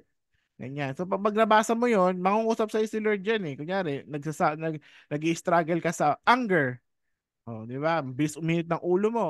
Ganyan, parang laging mali ang ibang tao. Nagbasa ka nito, nakita mo 'yan. Pwedeng mangusap sa si Lord sa diyan lang eh, sa isang part lang na 'yan eh. Oh, anak, may problema ka sa anger mo ata. Ganyan, 'di ba? So, pwedeng ganoon, mangungusap sa si Lord. Kasi kung sins lang sinabi niya, Conviction, no, bro? oo, 'di ba? May conviction eh kasi kaya niya mas maganda i-highlight para shumot din minsan sa struggle ng mga tao eh. Oo, ayan. So ayun. So pag may nakita kayong mga ganyan, take attention, no? Ay, itong sino to pala, wag kong gagawin. Next. Things that we should change in ourselves. Yun na, yung mga dapat nating baguhin. Minsan hindi kasi siya utos, minsan merong babaguhin. And take note, no, yung puntaan muna natin, no, yung pinakasikat na dapat baguhin. Oh. Oh, pabasa, Ross. Romans 12 verse 2, Oh. sabi ni Paul. Do not be conformed to this world, but be transformed by the renewal of your mind, that by testing you may discern what is the will of God, what is good and acceptable and perfect. Okay. So ito, O yung do yung not be utak daw conformed. ay utak, iinikan daw natin. Itong do not be conformed to this world, malinaw na utos yan, no? Wag kang parang sasabay sa agos ng mundong to, di ba? But be transformed by, ito yun ang utos. Okay, gets ko yun, na wag susunod. Pero yung i-transform, yung by the renewal of your mind. Although utos siya, hindi siya yung parang action na parang yung isang beses mo lang gagawin, no? Malinaw, no, this is something na parang progressive, di ba? Parang this is something na parang babaguhin. Transform nga eh, transformation, metamorpho. Di ba? Metamorphosis, yun yung Greek word yan eh. Yung parang sa butterfly, di ba? Metamorphosis. So, hindi siya agad-agad. It's a process na gagawin. So, yung pag-renew ng mind natin na wag sumunod sa mundo, hindi yun overnight, no? It's something na babaguhin ko sa sarili ko. Ganyan. So, yun yung pinapabago niya sa'yo. Kung paano ka mag-isip. Di ba? So, na-identify mo na kung ano yung babaguhin mo. Ngayon, since ang pagbabago ay hindi overnight, it's a progressive thing na kailangan mong sumikapan, ang sinasabi, kung willing ka, magpa-table like analysis ka. Pag nagbabasa kayo ng Bible, ito suggestion to from Kuya Jeff, no? Di ba, may pinapagawa sa'yo, may inuutos, do not conform to the pattern. Dahil meron kang babaguhin, kasi sa science, ako coming from a science perspective, yung change kasi, may dalawang factor lagi, yung dalawang point. Yung umpisa sa kadulo. Change nga eh. Di ba yun yung calculus eh. It's the rate of change. Parang inaano namin. So pag may change, merong before and after. Tama ba?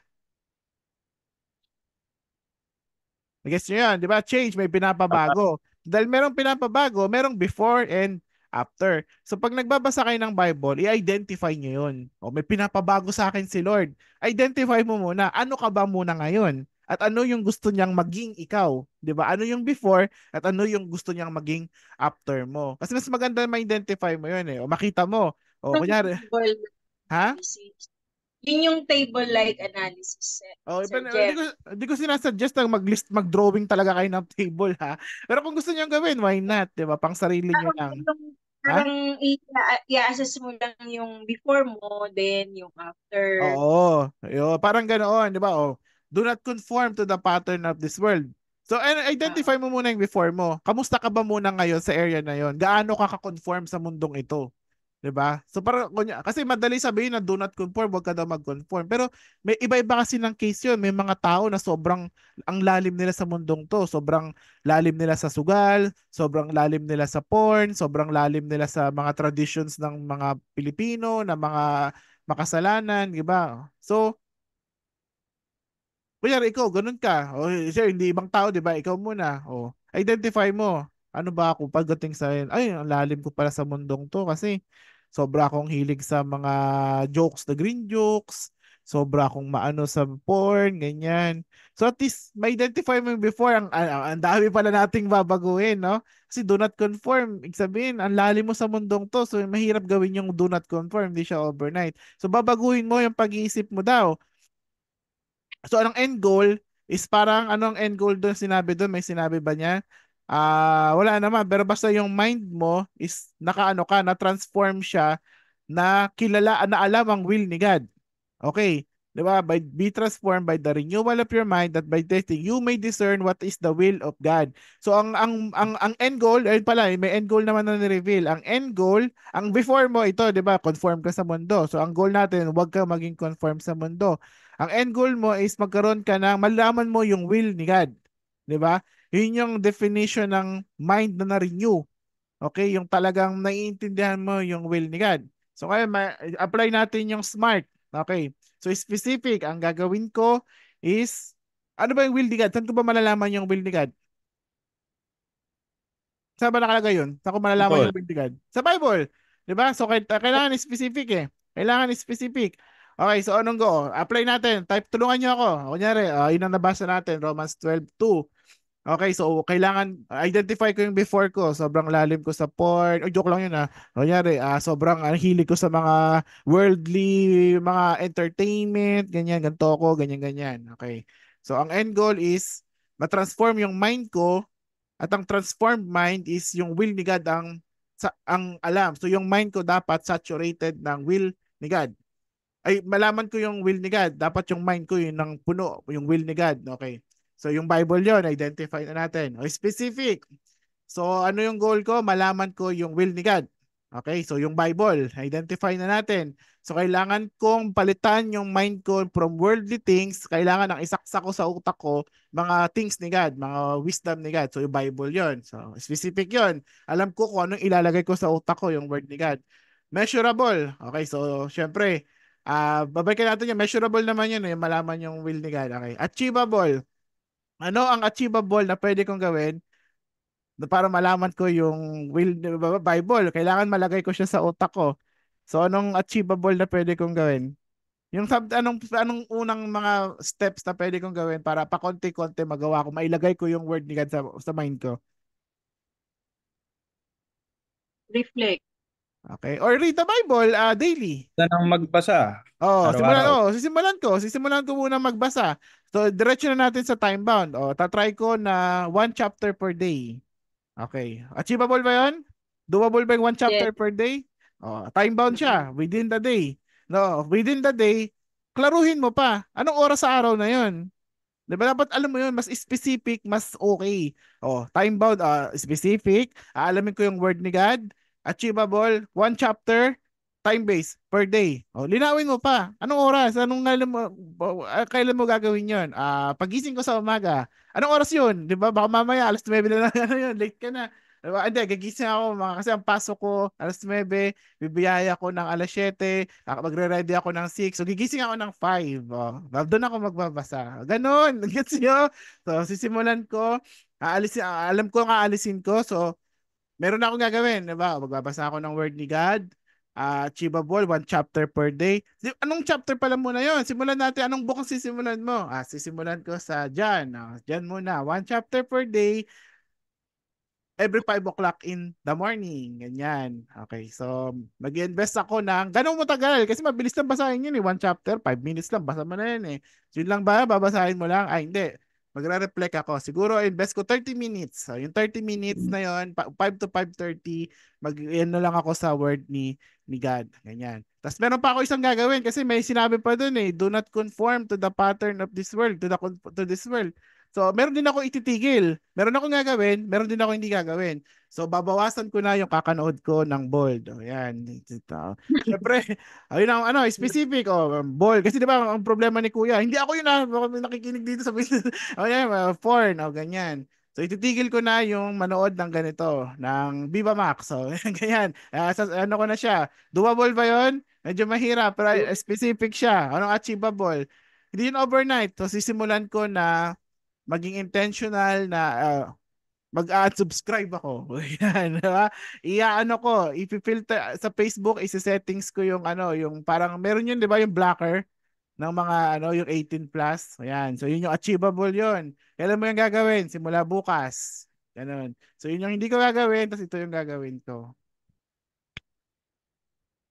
Thoughts, comments sa ganong application process. Habit building yan, bro. Oo, di ba? Pero tell me, mas okay ba to or yung just sa dati niyang ginagawa compared sa dati niyang ginagawa? Mas okay yan, Sir Jeff, kasi Ah, meron ko ng firm na goal. oo, di ba?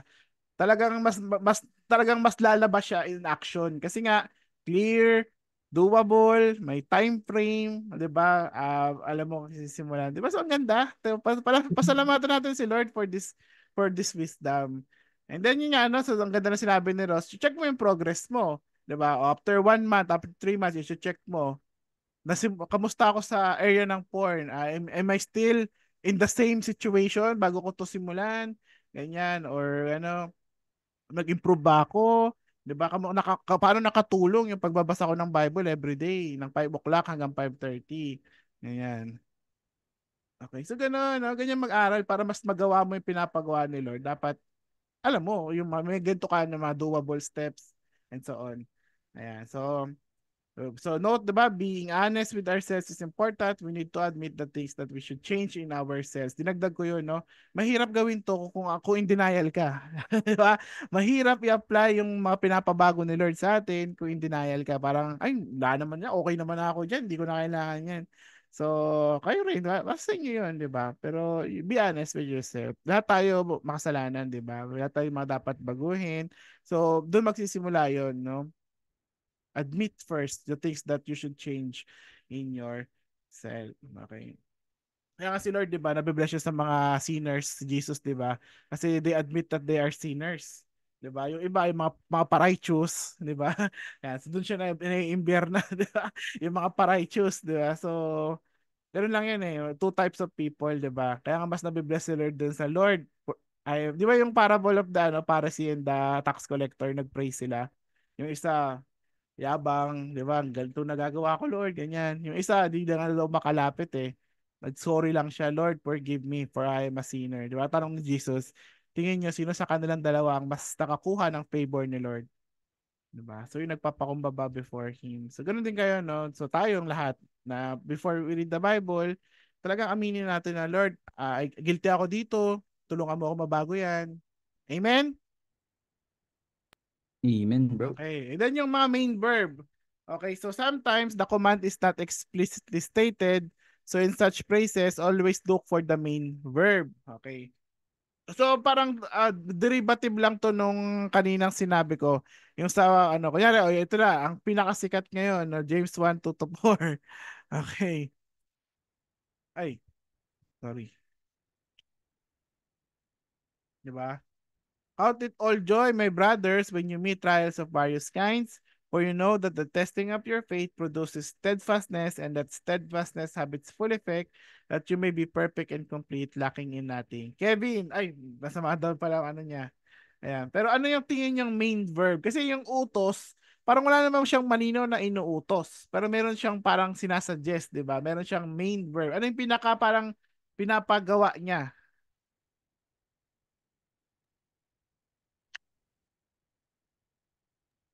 Count it all joy. Ayun, count it all joy. So this is para sa akin, babalikan ko yung observation. No? This is an obscure. Para sa akin, obscure to. Parang count it all joy. So ito, pag translate ko siya sa face value information, parang ang dating sa akin ito is to have a positive mindset. Di ba? Maging positive ka pag may mga dumadating na pagsubok sa'yo. Kasi di ba usually ang reaction natin negative eh. Umiyak agad tayo, nade-depress agad tayo. Diba? Pero ganun, so identify mo yung mga main verb para mas magets mo yung entire verse, no? Kasi lahat to sinabi niya, pero ang pinaka gusto lang naman niya ipagawa is ito, no? Maging positive ka. Kasi yung the rest, explanation na yon kung bakit mo kailangan gawin to. 'Di ba?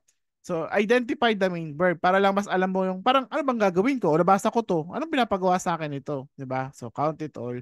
Joy, ito, dahil anniversary lang ng CCF, gagamitin natin. Ayan. Pasado nyo na to eh. O, anong main verb dito? O, magalit sa inyo Make si Pastor. disciples. Magalit sa inyo si Pastor Peter. O, go daw. Make disciples, diba? Go and make disciples. Okay. So the rest is parang the details of the mission. Pero yun yung lang pang pinapagawa niya. You make disciples. So identify yung mga main verb. And then yun nga, some commands in the Bible are obviously not attainable overnight. Like, be holy. Sa 1 Peter, di ba sabi ni Lord, be holy for I am holy. Hindi yun madali, di ba? Hindi yun madali nga. Hindi yun something na, actually, hindi natin yung magagawa in this lifetime. Okay? It's something na we will strive for, pero hindi natin siya ma-attain perfectly. Diba? Pero at least, yun nga, no? So when it comes to these things, the smart method would be a great help. No? Mag-set ka, paano ko sisimulan maging holy? Hindi ako magiging perfectly holy. Pero, so wala akong gagawin? Hindi rin pwede. Diba? So I will start to do achievable things muna. So I will start, ito yung muna gagawin ko na hindi ko gagamitin yung talents ko para sa mga hindi nakaka-glorify kay Lord. No? Pwedeng ganoon. Kasi yung pagiging holy, set apart ka. 'Di ba? Para kay Lord ka lang. So kung ano yung gifts na natanggap mo sa Kanya, may natanggap akong gift kay Lord, ang ganyan, na gift of singing, ganyan. So pwedeng gagawin ko, ang achievable ko is gagamitin ko to para sa worship, ganyan, malid ko yung mga tao kay Lord, ganyan. So hindi ko gagamitin yung talent ko sa mga makamundong bagay, ganyan. So mga ganung bagay ba, mga smart goals. Doable, achievable, time bound, ganyan. Malinaw?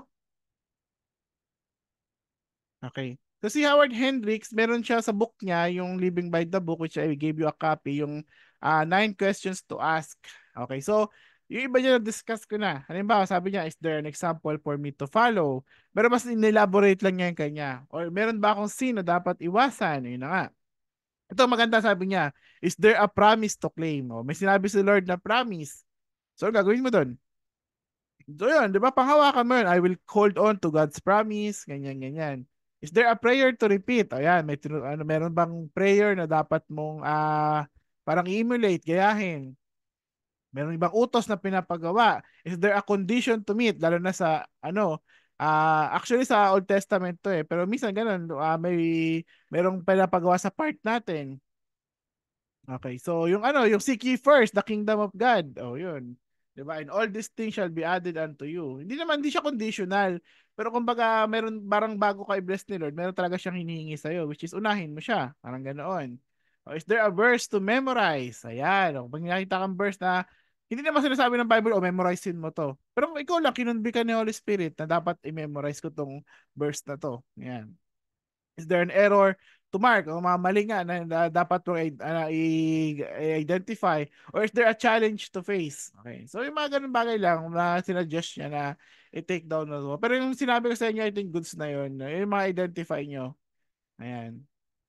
Mga dapat mong gayahin, yung mga utos na kailangan mo sundin, mga dapat mong iwasan na kasalanan, mga dapat mong baguhin sa sarili mo, identify mo yung main verb dun sa passage na yon. And then yun nga, may mga bagay na hindi natin magagawa perfectly, but at least we should strive, 'di ba? By doing smart goals muna, pakunti-kunti. No, ang gusto kong laging sinasabi meron akong isang favorite na meme recently. Ito tandaan niyo sa Christianity. It's not about perfection. It's about progress. Ulitin ko sa Christianity, it's not about perfection. It's about progress. Baka sinasabi na iba, sabi ni Jesus, di ba, be perfect because your Father is perfect. Context, no? Oh, yun yung goal. You strive to be perfect. Pero hindi niya sinasabi na dapat maging perfect ka dito. Kasi hindi natin kaya yun, di ba?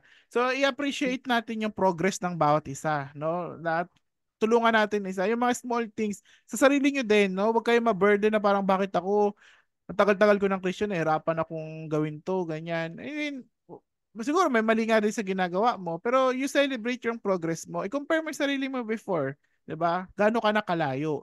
Kasi alam mo ba, sabi nga nila ba, yung as simple, 'di ba sa karera daw, yung parang sa marathon, kahit nga daw yung 1 centimeter na usog mo, that is progress, 'di ba? Kasi nag-improve ka eh.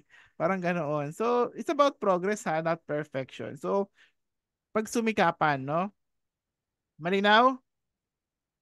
Yes. Okay. Malapit tayo matapos. Oh.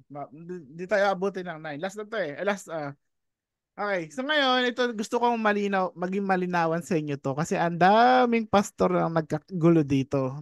Pastor na yun ha. Hindi, yun ang mahirap pag ang nagtuturo hindi marunong mag-hermeneutics.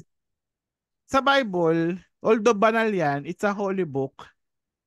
Magtataka kayo siguro, ewan ko ba no. Pero pag binasa mo yung contents, ang daming kabalastugan na nandiyan. Di ba? merong merong incest, merong premarital sex, merong murder, 'di ba? Minsan yung mga character sa Bible, 'di ba? Parang sila pa yung may ginagawa ng mga kabalastugan. Si David, 'di ba? Paano siya? Ano siya? Adultery, 'di ba? Ang daming ano eh. Pero bakit parang paano mo malalaman kung ano lang yung pinapagawa ni Lord sa hindi. Okay. So ito yung concept na dapat yung maintindihan. Ang dami ko sa dami ng mga tinuturuan ko students, madalas ito yung sakit nila, no?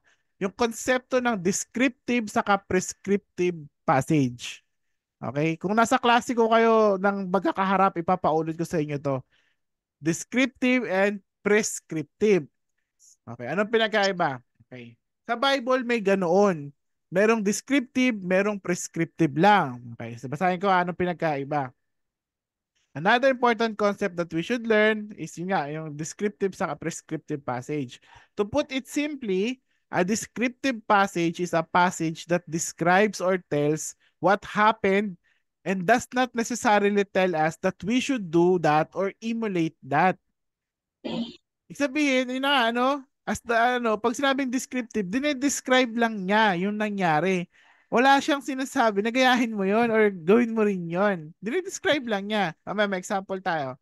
On the other hand, a prescriptive passage is a passage that clearly instructs the reader to do or emulate the action that it is prescribing. Okay, kumbaga malinaw naman na gusto niyang gayahin natin yon. Gusto niya na gawin din natin yon.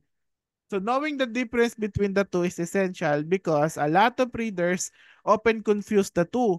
Many Christians observe or teach erroneous doctrines simply because they thought that a descriptive passage is something they should obey. For example, totoo to, maniwala kayo sa hindi. May mga pastor na nagtuturo nito. For example, for the most part, David and Solomon were described as godly men, 'di ba? Godly sila si David, a heart after a man after God's own heart, 'di ba? Si Solomon, the wisest man, 'di ba? In Israel. Pero despite that, the Bible revealed that they had many wives. 8 ang asawa ni David. Si Solomon ilan? Oh, Bible trivia, ilan ang asawa ni Solomon? Siya ba yung 1,000? 300 daw. 700, di ba? 1,000 kasi 700 yung asawang legal, 300 yung concubines. Okay. Di ba? So, ganun karami ang asawa niya. And yet, si God, tuwan-tuwa sa dalawang to, di ba? Godly men daw sila. So, yung mga pastor may nagtuturo, okay lang marami tayong asawa. Di ba? Okay lang pala. Kasi si David, a man after God's own heart, may 8 ang asawa niya. Hindi nagalit si Lord, 'di ba? Kasi si David marami siyang asawa, 'di ba? Si Abigail, tapos pero parang kay God walang reaction, hindi siya nagalit. Si Solomon, ang dami niyang asawa. Bakit hindi siya kinidlatan ni Lord? Bakit wala? Sabi ng ibang pastor, ay okay lang pala. Kasi godly man ka naman eh. 'Di ba? So pag pastor ka, godly man ka, okay lang marami kang asawa. Blessing ni Lord 'yun sa'yo. O yun o, 'di ba? David, marami. Solomon, marami. Ako narinig ko yan sa isang pastor. Hindi ko to invento. Narinig ko yan verbatim sa mga pastor. Okay? Anong dating sa inyo na? Mga comments, reactions? Nakakatakot, bro. Nakakatakot. Bakit?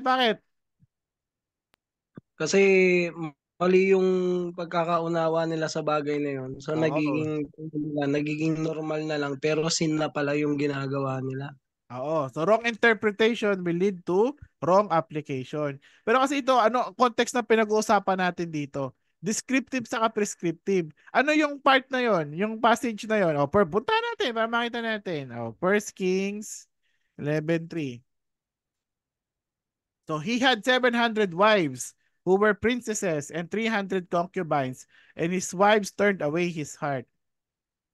May sinabi ba dyan na gayahin natin yon? Wala. May sinabi ba dyan na yun ang protocol sa lahat ng godly man na pag godly man ka, ito ang pwede ka mag 700 wives. May sinabi ba doon? Wala Wala po. po. Wala din, walang sinabi, no? Hindi siya rule na in-establish, hindi siya katuruan, di ba? So ano to, descriptive o prescriptive? Descriptive. Descriptive lang ito. Dinidescribe lang ng author yung ginawa ni Solomon. Wala naman siyang sinabi na gawin natin yon.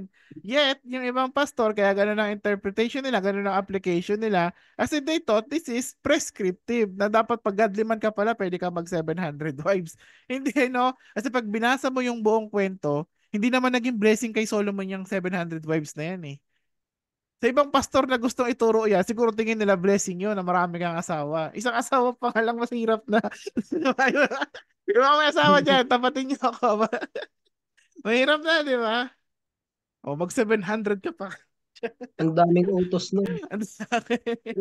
Joke lang yun, di ba? Joke mag-asawa. Pero, yun nga, di ba? Pag binasa mo yung kwento, yun ang naging downfall ni Solomon. Yun yung pinakaparusa sa kanya ni Lord. Di ba? Kasi nga, dahil sa 700 wives na yan, na-steer yung heart niya away, di ba? So, nag-fall na-corrupt si Solomon. Di ba? Wise na siya sa lagay na yan, ha? Pero yet, he fell, no? Yan yung naging weakness niya. Again, the blessing of the Lord comes from obedience, 'di ba? So, hindi inaalaw ni Lord 'yan, syempre, kasi naging problema 'yan sa part ni Solomon eh. Ganoon din kay David, 'di ba, si Bathsheba, 'di ba? So, yung mga anak nilang dalawa, yung una yung nabuo doon sa affair nila, namatay. Yung mga anak nila, nagkagulo din, 'di ba? So, yung totoo talaga yun eh, pag hindi ka sumusunod kay Lord, hindi man immediate, gaya sa case ni David sa ni Solomon, hindi sila, itong part na to, hindi sila nakinig. Hindi man nila na immediately naramdaman yung effect nung parang yung galit ni Lord, pero later doon nila yung naramdaman. And minsan pati mga anak nila yun ang nagsuffer, 'di ba? Yung mga yung kaya nga may passage, 'di ba, yung parang up to the fourth generation. Minsan pag nagalit si Lord, minsan nadadamay pati yung mga anak, yung mga inosente. Ayan, yung kasi nga wala uh, it's a result of a sin eh. So yun. Yun yung explanation doon. So again, it's a descriptive passage and not a prescriptive. So pag nagbabasa kayo ng Bible, i-check nyo muna. Ito ba ay descriptive o prescriptive? 'Di ba? Ito ba ay parang kinikwento lang niya yung nangyari or talagang ini-encourage niya ako na gayahin ko to? Ang ganun. So ano yun rin yun? Okay, so okay. Malinaw? Nagas nyo yung Yes. pinagkaiba? Okay. Yes. So, sa akin, kasi promise, ang dami nagtatanong sa akin. Parang, ano mo yun, di ba, teacher, may nagtatanong sa akin, Jeff, ano explanation nito, ganyan, ganyan. Minsan yun lang yung sagot eh. Analyze mo, sabi ko, is that a descriptive or a prescriptive passage? Ganun. Yun lang yung sagot eh, minsan eh. Okay? Questions, wala? Okay, so we go to the last part. Final now, final remarks. Ayun meron? Yes, bro. Sige. So, doon nga sa 1 Kings verse 11, ay 11 verse 3. So, anong pwedeng maging application doon? Okay, application. Siyempre, di ba lagi kong sinasabi, ito pala, sana lahat ng tinuro ko sa inyo, pagsamahin nyo into just one, no, na maging yan. Di ba lagi sinasabi, don't interpret a passage on its own. Di ba? Parang lagi nyo, hanggat maaari, basahin nyo yung buong kwento in context. Kasi wag kayong mag-drive ng application nyo sa isang verse lang. So kunya ito, isang verse lang na to, mahirap talaga kumuha ng application dyan kasi putol lang kwento. So ako, bago ako magkuha ng interpretation dyan, saka ng application dyan, bubuhin ko muna yung kwento. Ano ba nangyari kay Solomon? Ano naging? So pag nakuha ko na yung buong at least alam ko na Pag nakuha ko yung buong kwento, ma-interpret ko siya ng tama, saka ako magde-derive ng application ko. So, nalaman ko na naging downfall to ni Solomon kasi yung wives na to, ito yung nag-ano sa kanya na malayo kay Lord. Kasi mas si Solomon, tinitry niyang i-please tong mga babaeng ito. 'Di ba? Hindi, imbis na siya yung mag-sway sa kanila, siya yung na-sway ng mga to. So, anong application ko doon? Siyempre, una muna, dapat faithful lang sa isang wife. Yes. Isa lang, di ba? Husband and wife lang. Yun ang una kong anuhin dyan. And then, ang isang sa context ni Solomon, iiwasan ko yung mga ganyang mga shady moves na parang kasi ang gusto mangyari ni Solomon dito, nag-asawa siya ng ano, parang for political empowerment, 'di ba? Parang kaya lang naman siya nag-asawa ng mga wives na hindi pa Christian, hindi pa Israelites kasi ang habol niya politika na makontrol ganyan. So parang ang initial pag-iisip ni Solomon, siya yung makaka-influence sa kanila. Turns out sila ang naka-influence sa kanya. So ako, 'di ba tendency natin ganun din eh. We tend to partner with unbelievers, with ganyan kasi parang tendency natin ay siya yung tayo magi-influence sa kanila. Pero yun nga, no, it's dangerous eh. Kasi it can go both the other way eh. Baka mamaya akong makorap. So, mag-i-stick ako sa sinabi ni Lord, di ba? Na kuya sa mga partnership, i-prioritize ko yung mga Christian na don't assume na laging ako yung makaka-influence. So, hindi ko ilalagay yung sitwasyon, yung sarili ko sa sitwasyon na ako yung ma-endanger, na yung morals ko ang maapektuhan. Di ba? Ako yung morals ko yung ano. So, yun ang application ko doon. Di ba? Gets? Thank you, brother. Oo, ganun, Ayan, no? malinaw na yung verse na yan sa mga Oo. nakakanood. Ayan. So, hindi lang siya about, ano eh, wives eh. It's about corruption, yung ma-influence ka ng mundo. Ayan. Okay, so final remarks. Okay, here are some final thoughts. Makinig ha, final to. Importante to. Una muna, babasahin ko ha. Application is not easy. Okay? Don't ever think that you can obey the teachings of the Bible on your own strength. Okay? Alam niyo ni Lord, God knows this. That's why He sent the Holy Spirit. Basahin natin yon.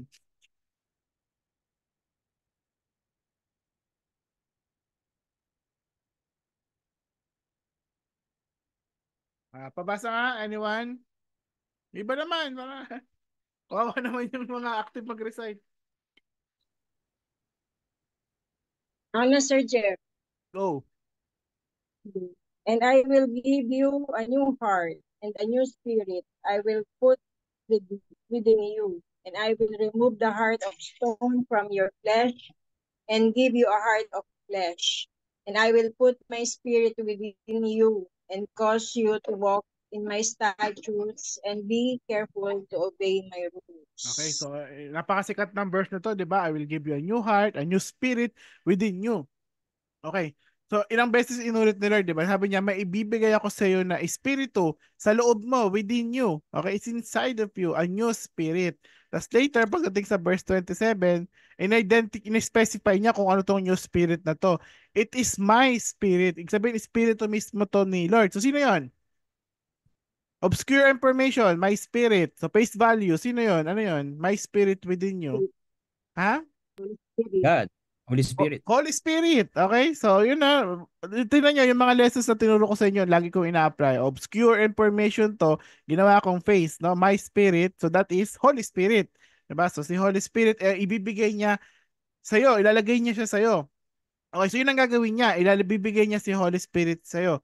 Ano ang, if, yun ang gagawin. Ano ang magiging effect nun? Cause and effect. Ano magiging effect nun? No, nilagay si Holy Spirit sa akin, ano mangyayari? O di, ano na ako? Parang, may kasama na ako. O ano ngayon? Ano mangyayari? Anong resulta daw? Cause you to walk in Sige, pala sa atin, Iti. cause you to walk in my statutes and be careful to obey my rules. Ayun. Sige, sabihin in your own words, Ate Iti, anong gagawin? Dahil nilagay si Holy Spirit sa'yo para lumakad ng with him. okay, and Magiging careful ka na dun sa okay. sa In other words, mga no, ginagawa. kaya binigay ni Lord si Holy Spirit sa atin para masunod natin siya, magawa natin yung mga pinapagawa niya. So, the very prophetic and talagang very heartwarming from the Lord. Alam niya na hindi natin talaga kaya on our own. Sinners tayo eh. Alam niya yun. Kaya nga sabi niya, ako nang kikilos, ako nang gagawa ng paraan.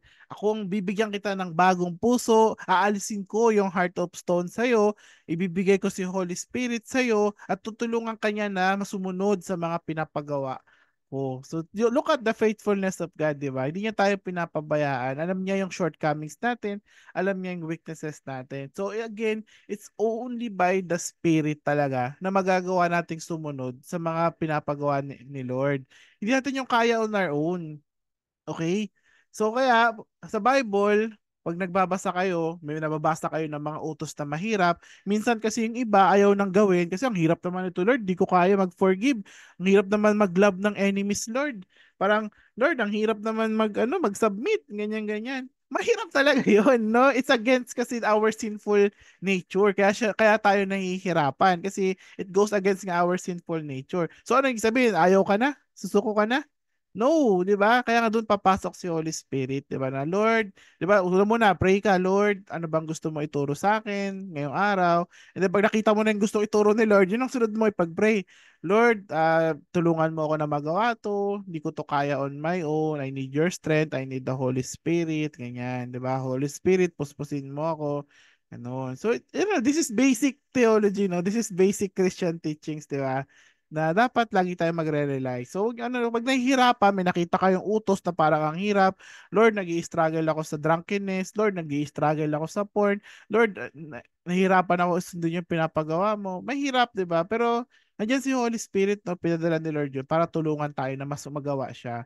So, sa part natin, no, maging intentional tayo din na mag-cooperate kay Holy Spirit, di ba? Na magtulungan tayo, di ba? His Holy Spirit, tutulungan ka niya. So, yun, you cooperate with the Holy Spirit.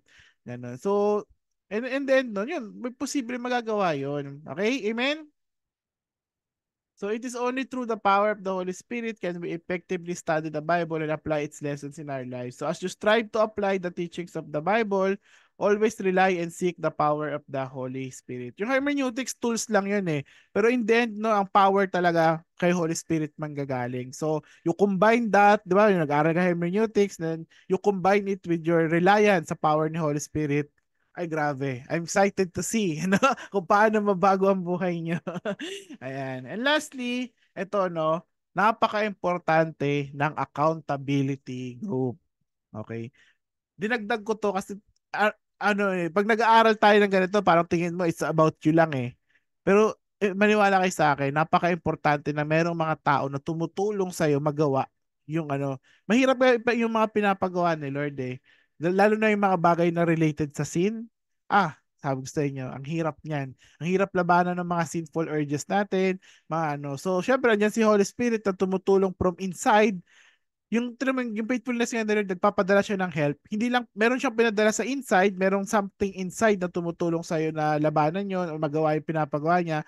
And then nagpapadala din siya ng mga tulong from the outside. Ibig sabihin, mga kapwa mo Kristiyano na natutulungan ka. Kaya doon papasok yung accountability group, yung mga small group. Lahat naman kayo dito, regardless of the church, may small group.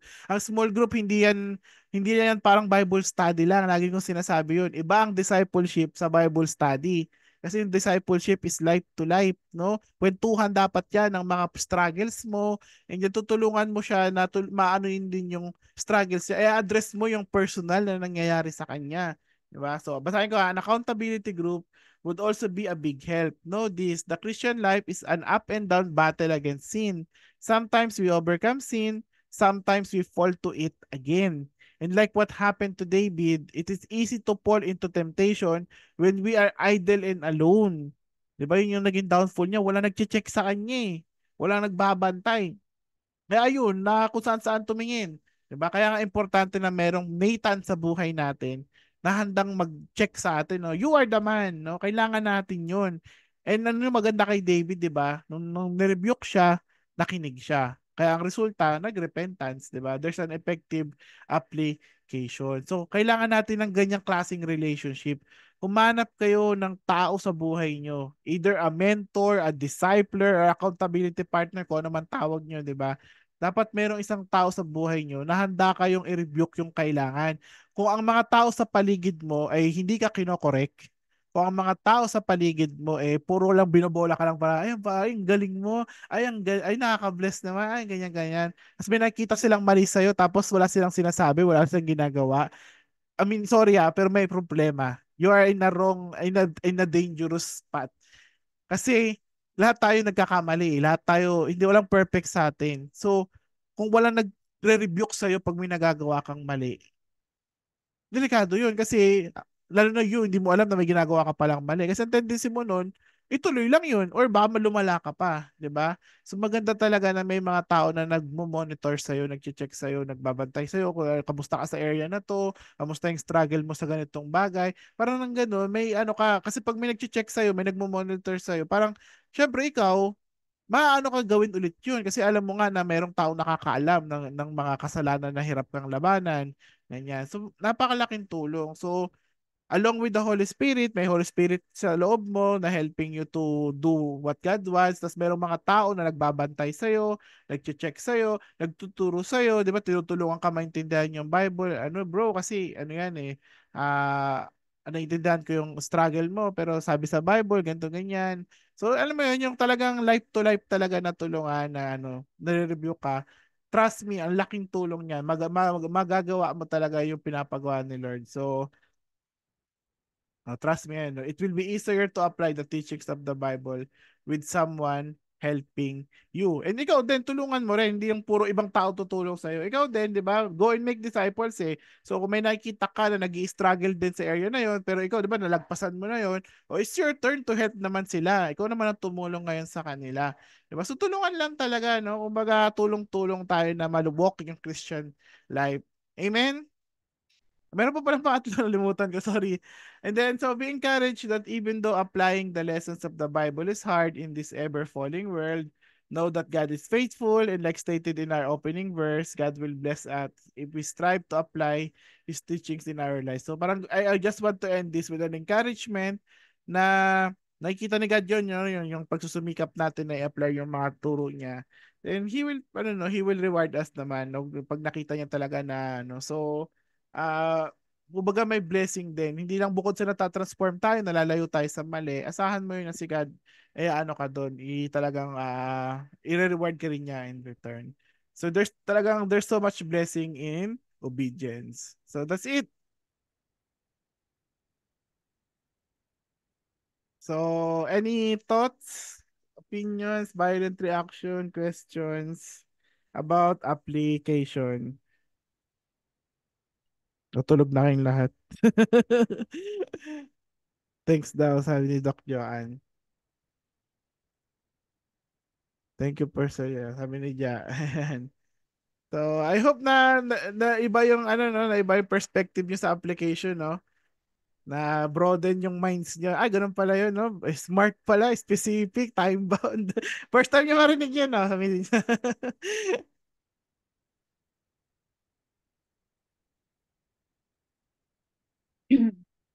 Ate Iti, gusto kayo share. Ah, ayun nga, Sir Jeff, medyo to dun sa application, medyo mahirap, but ah, syempre bilang new Christian, medyo mahirap sa akin yung application na to. Mm-mm. But sabi mo nga lagi yun nga yung Holy Spirit yung talagang tutulong sa atin to baguhin yung mind natin Mm-mm. para Amen. masunod yung mga word ni God. So Mm-mm. ayun, looking forward lang ako dun sa mas marami pang matututunan dito. And malinaw naman tong turo mo ngayon. Kaya ang dami kong na-note na mga tips. Okay. Yan. Praise Thank God. you. Actually nga, dapat may exercise tayo, may practice. Dahil wala nang time eh. So dahil dyan, Mm. assignment na. Okay? So this is your last assignment in this class. Okay? Okay. So actually nag-iisip ako kung anong magandang passage na, na gagawin. Pero kasi this is your last assignment, I want this to be my, kasi ako ito yung legacy ko talaga na gustong iiwanan, hindi lang sa klase na to. Pero as a Christian din, sa lahat ng mga nakakakilala sa akin na gusto ko na ito yung lagi nilang matandaan, no? Na ito yung laging tinuturo ni Sir Jeff, ganyan. So hindi ko lang nagawa yung picture, yung ano. So nawala isang time, kakauwi ko lang kanina eh. Pero sasabihin ko na lang yung passage. You know the drill naman na eh. Alam nyo kung saan nyo isesend, alam nyo kung anong format. Okay. So the passage is, take down ha, take note. The passage is Matthew 20, Matthew 20. verse 20 to 28. Share ko na nga lang din. Okay. Yung A Mother's Request. So sa assignment nyo, eto makinig mabuti ha. Gagawa ko rin siya ng slide pero baka bukas ko na masend pag nakaluwag na ako. Pero ito yung assignment nyo. So syempre gagawin mo yung observation, alamin mo muna nangyari dito, yung come up with the right interpretation, yung mga correlation. Pero sa assignment nyo, isasubmit nyo lang application. Okay. So basahin nyo to. And then, sabihin nyo sa akin kung ano yung parang tinuturo. Kasi iba-iba kayo eh. Depende nga sa sitwasyon eh. Pero syempre, isa lang ang interpretation yan. Okay? So, dapat pare-pares tayo ng interpretation dito. Pero sa application, ang ibigay nyo sa akin yung SMART. Okay? Sabihin nyo sa akin kung anong pinapagawa sa inyo ni Lord, anong kinoconvict niya sa inyo na gawin nyo, stated in a SMART goal parang approach. Okay, dapat specific, measurable, achievable, relevant, and time bound. Okay, yun yung unang part. Sabihin nyo sa akin yung pinaka gustong ipagawa sa yung tinuturo sa inyo ni Lord dito, and then i-express nyo siya sa SMART. Okay, yun yung una. Pangalawa, i-list down nyo yung kay Howard Hendricks na ano, yung mga ganito. Yan. I-list down nyo yung ganyan. Pero kahit yung sa akin na lang pala, yung 1 to ano ko, yung 1 to 4, kahit yung 1 to 4 ko, 1 to 5 ko, ito na lang pala. Wag na yung Howard Hendricks eh. Ako naman teacher niya. Okay. So yung 1 to 4. So ilista nyo ano yung mga clear commandments na pinapag. Syempre hindi lahat meron. Kung wala, di wala. Pero kung meron, lagay nyo. Meron ba dyan commandment na dapat kong gawin at hindi dapat gawin? Lista nyo yon. Meron ba dyan example na dapat kong gayahin o hindi dapat gayahin? Meron bang sin dyan na wag kong dapat kong iwasan? Meron ba dyan na dapat kong baguhin sa sarili ko? Kaya so minsan, kung wala mang sinabi dyan, di sa sarili mo na lang mag-reflect ka. Ano ba yung mga dapat kong baguhin based na natutunan ko sa passage na to, sa gusto ko ituro sa akin ni Lord, so ano yung mga dapat kong baguhin. So yung four, ay, gusto ko talaga makita to, yung mga ano. So do a before and after din. Ano yung ano ako ngayon, saan ako nag-struggle sa area na to, doon sa verse na yun na, and then ano yung dapat ano yung goal na gusto ko ma-achieve, ano yung dapat kong mabago. Ayan, and then yun. Yan. So, ngayon, although, ha? Walang members. Basta ito lang, no? Ito lang request ko sa inyo. Gawin nyo to na parang nagdidibo. Huwag nyo to gawin as an assignment. Okay? Gawin nyo siya for yourselves. Kasi maniwala kayo sa hindi, kayo ang magbe-benefit dito. Pag nakuha nyo yung gustong ituro ni Lord dito, maniwala kayo sa hindi. Mag-iiba yung leadership approach nyo, mag-iiba yung pagiging ano nyo, Kristiyano nyo, and pagiging tao nyo as a whole, no? Kasi itong pinaka nalulungkot ako sa mundo ngayon, lalo na sa Christians, ang daming leaders, pero hindi lahat servants. O yun na, nag-ano na ako ha. Nag-spoil na ako. So, saan na makuha nyo, no? So, pag nilayan nyo to and do it for yourself and for God, wag sa akin. No, i-guide ko lang naman kung tama yung ginawa nyo, hindi eh. And then, kayo ang mabibless. Amen? Amen. Okay. So, ayan na, Amen. Matthew 20, 20 to 28, a mother's request. So, any last thoughts? Any ano?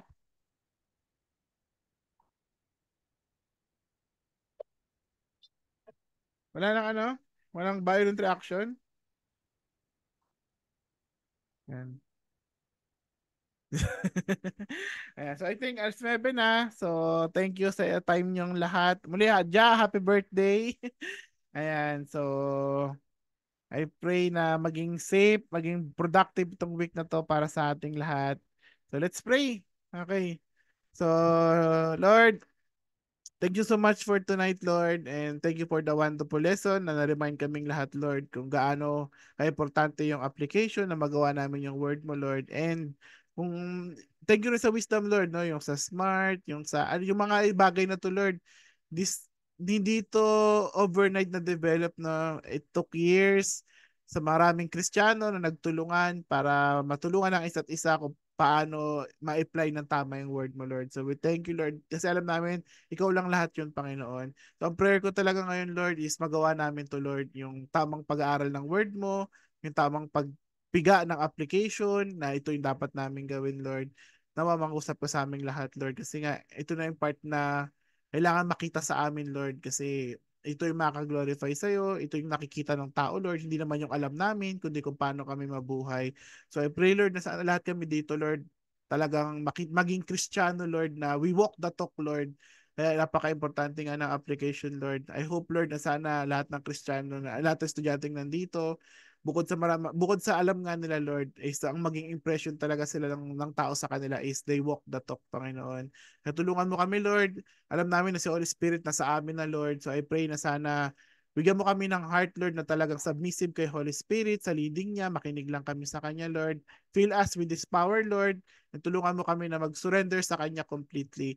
And I also pray, Lord, for the accountability group. Now, alam ko, Lord, sa bawat isang estudyante rito, meron kang tao na ginagamit para tulungan sila mag-grow in their faith. So I pray for those people, Lord, na dinadala mo, na ginagamit mo, Lord, para tulungan kaming lahat, Lord, na sana wag silang sumuko sa amin, bigyan mo rin sila ng strength na in wisdom na i-mentor kaming lahat, tulungan kaming lahat. And kami din, Lord, I pray na sana uh, bigyan mo ang lahat ng heart, Lord, ng desire na talagang mag-submit, maging accountable sa mga tao na pinapadala mo sa buhay namin. Nasa gayon, mas magwardyahan kami na huwag kaming matempt gumawa ng mali at talagang mag-strive din kami na baguhin yung mga dapat baguhin sa buhay namin. And lastly, Lord, I just pray, Lord, na talagang lahat kami, Lord, maging firm and uh, talagang serious talaga, Lord, na mabago yung buhay namin, na mag-aral kami ng Bible kasi ang goal namin mabago yung buhay namin. Hindi dumami lang alam namin, Lord, na makita ka ng ibang tao sa buhay namin, Lord, na talagang makita, masabi nila na I see Christ in you.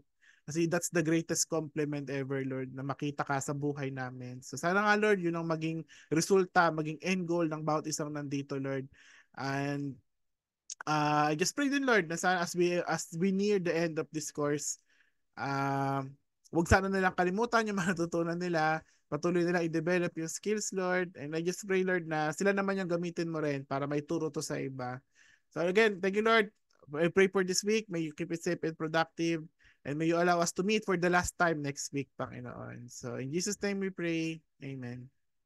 Amen. So thank you, everyone. Thank you, Kuya Aris. Tulog ka na. Thank you, Thank Kuya. you. Okay. Thank you, Good Koy. night. Thank you, Jeff. Good Bye-bye. night. Thank you.